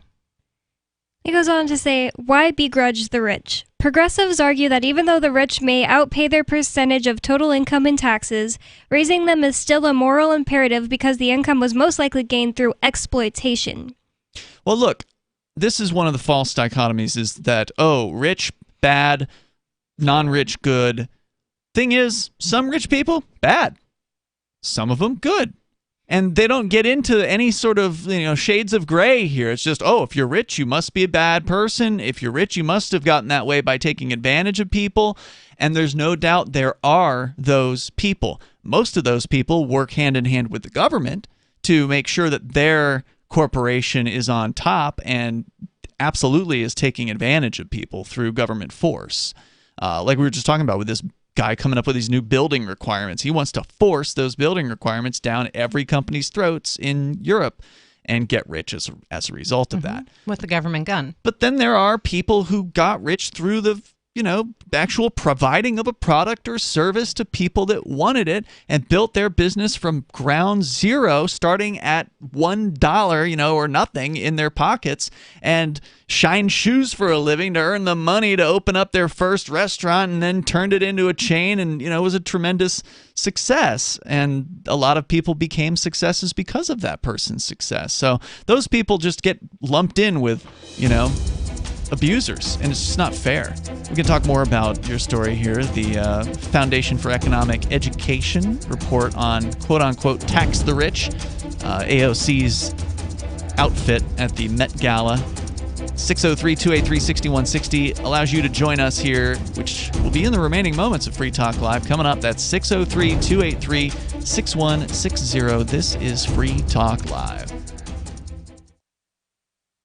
Join liberty-minded voluntarists, anarchists, and libertarians from June 27th through July 3rd for the 6th annual Fork Fest at Rogers Campground in the beautiful White Mountains of New Hampshire. Fork Fest is a fork of the Porcupine Freedom Festival, which sold out for the first time in 2021. Fork Fest takes place the week after Pork Fest, but Fork Fest is decentralized, which means that there's no ticket cost and no one is in charge. All you have to do to join the fun is reserve your camping site, RV site, or motel room with Rogers Campground for June 27th through July 3rd. There's no better place to celebrate Independence Day than around other freedom-loving activists in the Shire. You can find out more at the unofficial website, forkfest.party.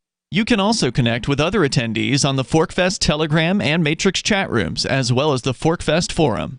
You can find links to those at forkfest.party. We hope to see you there. Forkfest.party.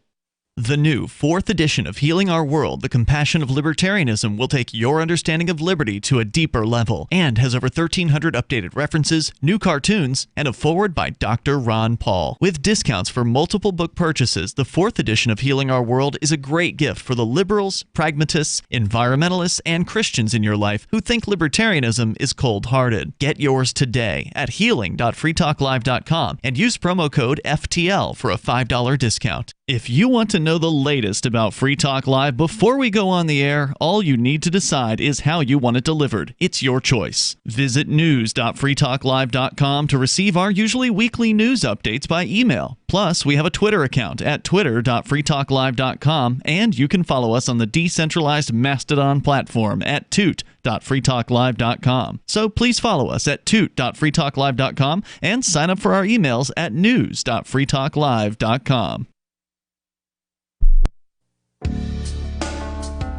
Hi, I'm Montel Williams. Most of you know me as a talk show host, but I'm also an author, actor, single father of 4, a fitness writer, avid snowboarder, and I'm also a medical marijuana patient. Like many of the million people who are living with multiple sclerosis, I'm in pain every single day. And sometimes my nerves are so raw that if you brushed up against me in an elevator, I'd scream. I can't sleep at night from the pain, and sometimes the spasms in my legs are so intense they will wake me up throughout the night. I've tried the strongest prescription medications available, and I'm going to tell you, they do not work. In fact, they leave me in a stupor, and most of the time, it's impossible to even live your life. Now, I've tried medical marijuana, and I'm going to tell you something, it works. If you'd like more information about medical marijuana, you can contact the Marijuana Policy Project at mpp.org or call 1-877-JOIN-MPP. The LRN.FM social media channels have been revamped. We've eliminated Facebook and focused on other platforms like Twitter and Mastodon. the decentralized alternative to Twitter. On our accounts, you'll find posts from multiple LRN.FM show hosts together in one place. Follow us on Twitter at twitter.lrn.fm, or better yet, move to the decentralized Mastodon social media platform at toot.lrn.fm, toot.lrn.fm. I think you'll like it.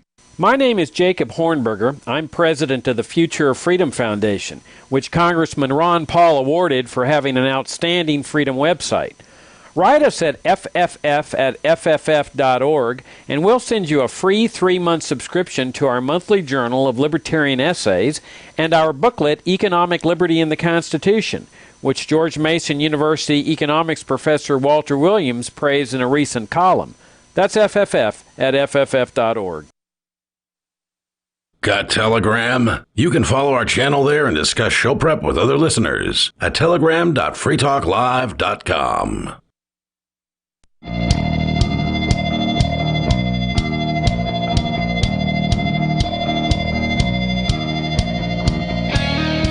This is Free Talk Live. Moments remain here. Enough time for you if you want to join us. The number is 603-283-6160. That's 603-283-6160.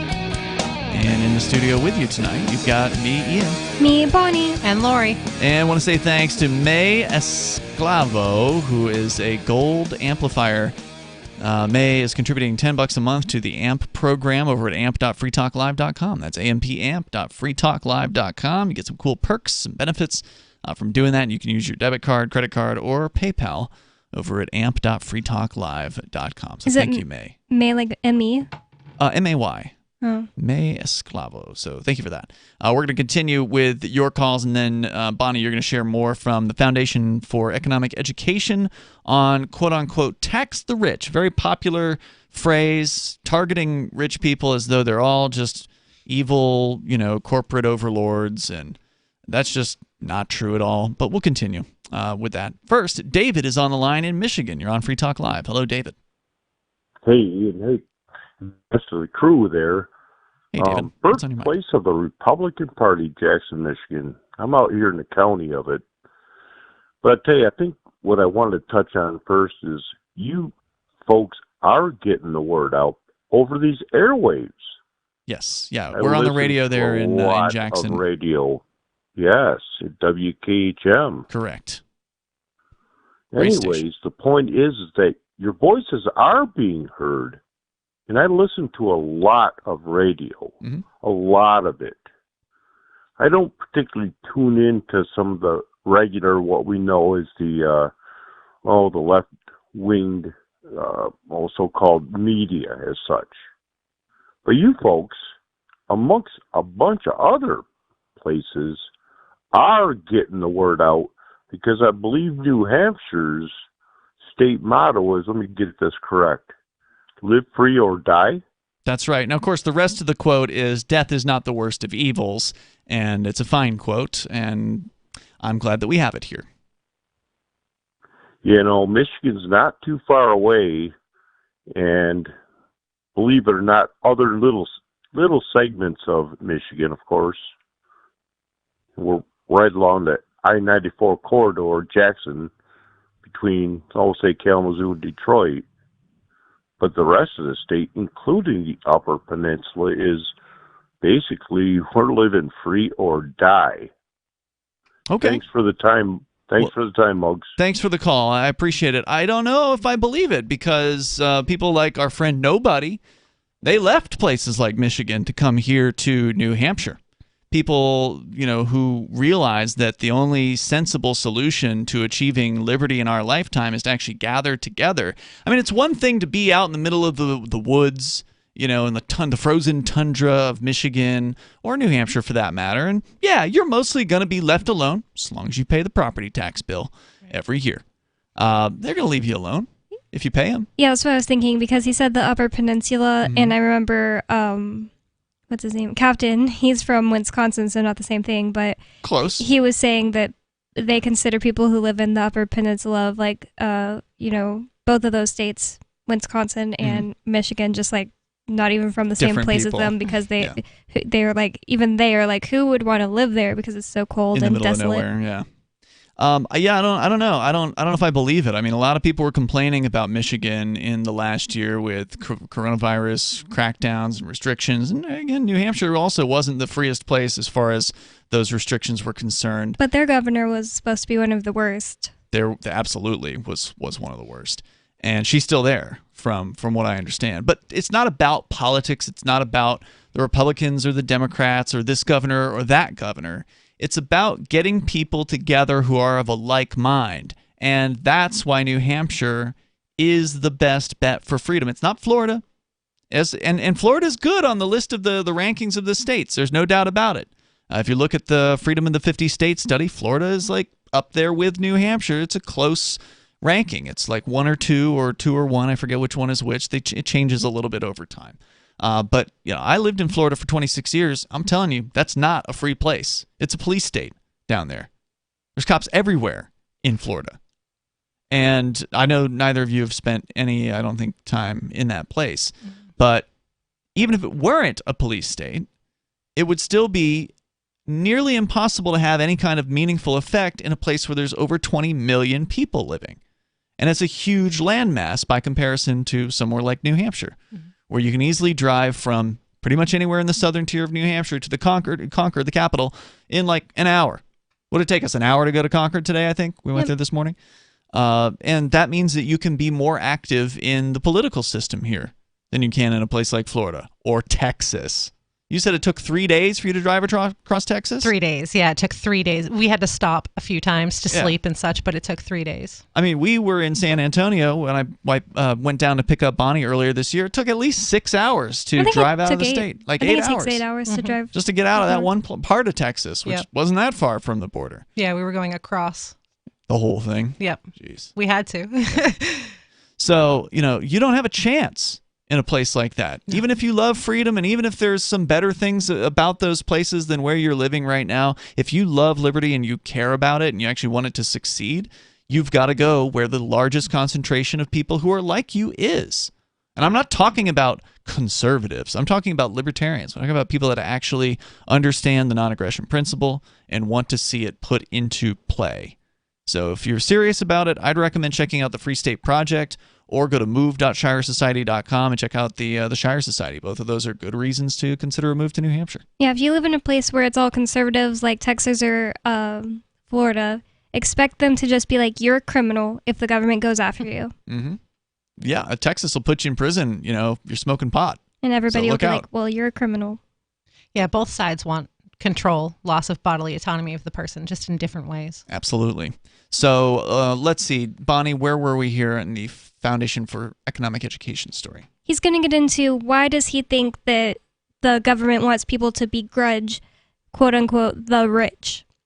Progressives argue that even though the rich may outpay their percentage of total income in taxes, raising them is still a moral imperative because the income was most likely gained through exploitation. Thus, taxing their income at very high rates, maybe even at 70% as AOC has suggested, is only fair. This sentiment is most often targeted at business owners. But this anger is misdirected. Business owners, both small and large, are the backbone of this country. We not only rely on them for access to high-quality, affordable goods, but we also rely on their entrepreneurial drive for all kinds of innovation. Most people can agree that we need people to start businesses in order to have a functioning, innovative, and prosperous country. Mm-hmm. The issue is that to start a business is a huge financial risk, not only because it takes a lot of time and money to start one, but also because most don't succeed. That's true. 20% of businesses fail within 1 year, and only 1/3 are still operating after 10 years. The only way to convince someone to take such a significant risk with such a high likelihood of failure is if there is an upside to it. The potential for profit. Namely, if there is a possibility that they will become more financially successful through that business than they ever could have by continuing to work as an employee, which is much less risky, just working for the man. Right. An employee doesn't take a risk. They just show up to work and they get paid hourly or salary or whatever. Whereas investors, they put it all on the line. Not everyone will decide that is a risk they are willing to take. In fact, most people decide it is better if they don't take it. That is a completely understandable decision. However, that does not mean that those who do take that leap of faith in order to, among other things, try to provide a better life for their families should be begrudged. As long as all the agreements that a given firm were made voluntary for all parties involved, there's nothing inherently immoral about it. Right. And that comes back to what we were talking about before, where if they involve the government in their business to mandate people buy their product or, shove it into their arms through government mandates like Pfizer is doing right now, those are evil rich people. Monopolize the market. But of course, those people are tied in with the government, so they're going to get government favors, and they're going to avoid taxes. They're going to get government money. So even if they are paying taxes, they're getting all kinds of money they otherwise would not have earned on their own volition. I bet you there's a lot more to this particular story, Bonnie, and I hope that we can post that on our social media platform over at social.freetalklive.com, because one thing's for sure, if they raise the tax rate high enough, all of those job creators are going to just walk. Because they don't have an obligation to run their business here. They don't have... Yeah, why not just make 50% less dollars to keep more of it and, instead of making the same amount of money and losing 70% more? Right. Either they won't start the business in the first place. They'll just be like, it's not worth it. And so we will lose out on all that innovation. Or if they're already in business, they'll say, you know what? We'll just move our manufacturing plant over to India or Pakistan or China or wherever. Or we'll just move all of our operations, somewhere else. We'll let robots do the job here in the United States. You're going to see more of that. The higher they raise taxes, the more these people are just going to walk. Thanks, ladies. We'll see you tomorrow night. Online in the meantime, freetalklive.com.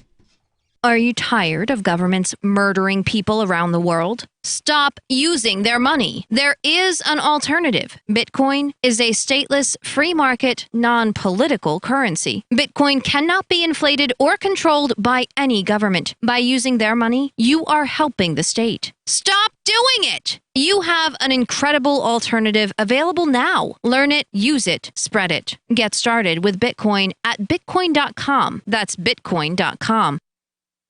Do you feel like your nation, state, or community no longer holds your values? Have you dreamt of a place where people agree that liberty is important and are free to pursue their projects so long as they respect the property of others? There are many people just like you that are discovering freeprivatecities.com. Their social media links are at the upper right of the page at freeprivatecities.com. All skill levels will be needed when the first of the Free Private Cities opens. It's sooner than you think. Stop arguing and build. freeprivatecities.com. Is oral health important to you? If you don't like your own teeth, fresh breath, or kissing people, then by all means stop listening. Several years ago, I met Jessica Armand, founder and CEO of My Magic Mud, and I became passionate about the product that she created and never want to live without it. It's clinically proven to whiten teeth, but I find it does much more. They want you to love My Magic Mud as much as I do, so they're giving you a money-back guarantee plus 20% off. Go to mymagicmud.com and use coupon code FTL20 at checkout. mymagicmud.com, FTL20. There are lots of ways to listen to Free Talk Live. Our podcast has been around since podcasts began, and now the FTL feed is loaded with content besides our full show archives. Did you know that we make it easy for you to customize your podcast subscriptions? We have different feeds, one that includes only our full shows, one with just the Daily Digest, and our main feed that includes everything. You decide what you listen to. It's quick and easy to customize your feeds at feeds.freetalklive.com. That's feeds.freetalklive.com. This is the Liberty Radio Network, broadcasting the latest liberty-oriented audio content 24 hours a day at LRN.FM. From Feature Story News in Washington, I'm Rebecca Foster. The United States and the European Union have announced a new vaccine partnership. The EU says the partnership will aim for a 70% global vaccination rate by 2022 to coincide with the next UN General Assembly. FSN's Lucy Hoff has more. Western nations had come under criticism from the World Health Organization for failing to tackle the issue of vaccine inequity, which had been described by the WHO Director General as a moral catastrophe. Speaking from the UN General Assembly in New York, EU Commission Chief Ursula von der Leyen said the EU would work alongside the United States in a new partnership to boost vaccine production in low and lower middle income countries. There'll also be coordination on investments to build regional manufacturing sites. President Joe Biden announced the United States would buy 500 million more Pfizer vaccines to donate overseas. UK Prime Minister Boris Johnson has urged France to get over its anger over the new security pact between Britain, Australia and the US. Paris says it feels stabbed in the back by the AUKUS pact, which led to the cancellation of a submarine deal between Australia and France. Our UK correspondent Ollie Barrett reports. Speaking in franglais, comments from Boris Johnson that may not go down well in Paris. I just think it's time for some of our dearest friends around the world to prenez un grip about all this, and donnez-moi un break, because this is fundamentally a great step forward for global security. He's been speaking in the US after talks with President Joe Biden, insisting the AUKUS pact is not designed to shoulder anybody out. Boris Johnson claims it's a deal that's good for the world and in particular the Indo-Pacific region. One of Australia's largest earthquakes in years has left buildings damaged in the city of Melbourne, although there have been no reports of casualties. The magnitude 6 quake was felt as far as South Australia and New South Wales, many hundreds of kilometres away from the epicenter. The German government has given a fresh timeline on when it expects the country will reach herd immunity against COVID-19. The country's health minister said the virus will continue to circulate throughout the winter before starting to subside next year. Trent Murray reports from Berlin. The COVID-19 pandemic is likely to last at least another 6 months in Germany, according to the country's health minister. Jens Spahn said the way things stand, Germany was likely to reach herd immunity by the spring of 2022. He stressed that the safest way was through the country's vaccination drive. He also said that that timeline depended on the presence of any variants that could evade the current crop of vaccines being used. From bureaus worldwide, this is FSN. It seems like we're constantly hearing different fitness advice. Exercise 2 to 3 times a week for at least 30 minutes a day. And don't forget cardio. But don't exercise too much or you'll get hurt. So, how much exercise should you be getting? Well, actually not that much, since the human body is only built to withstand walking a short distance before lying or sitting down again. In fact, a group of biologists from Stanford found that walking more than 5 feet at a time can cause joint pain, fatigue, and even extreme hunger. The study concluded that the maximum effort the human body can safely endure is reaching for an item high on a shelf. Our bodies simply aren't built to stand up and move around. So maybe those high-intensity spin classes and daily jogs aren't such a good idea. Instead of walking up the stairs every day, try taking the elevator whenever possible. You can even use a fitness tracker to let you know when you've been exerting too much energy. Your body will appreciate it. For The Onion, I'm Jill Hooper. This is the Onion News Network. The latest episode of Declare Your Independence is next, here on the Liberty Radio Network, LRN.FM. Okay. Welcome to another special edition. It's always special with James Corbett here on Declare Your Independence. And we just are finishing up. We did a sign making up in Prescott, Arizona. And it was 35 people or so showed up and made we probably did like 200 signs. So we are going to blanket the living crap out of Prescott here because there's a lot of opposition to what's been going on, especially the hospitals up here requiring that the workers get vaccinated.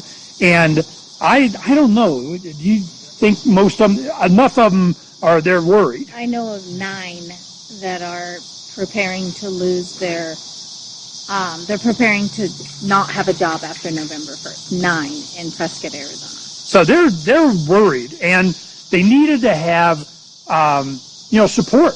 And we have the signs support first responders who say no to mandatory shots. That's been a popular one. The one that kind of surprised me was a popular sign. It has a Minuteman with a musket, and it says the beginning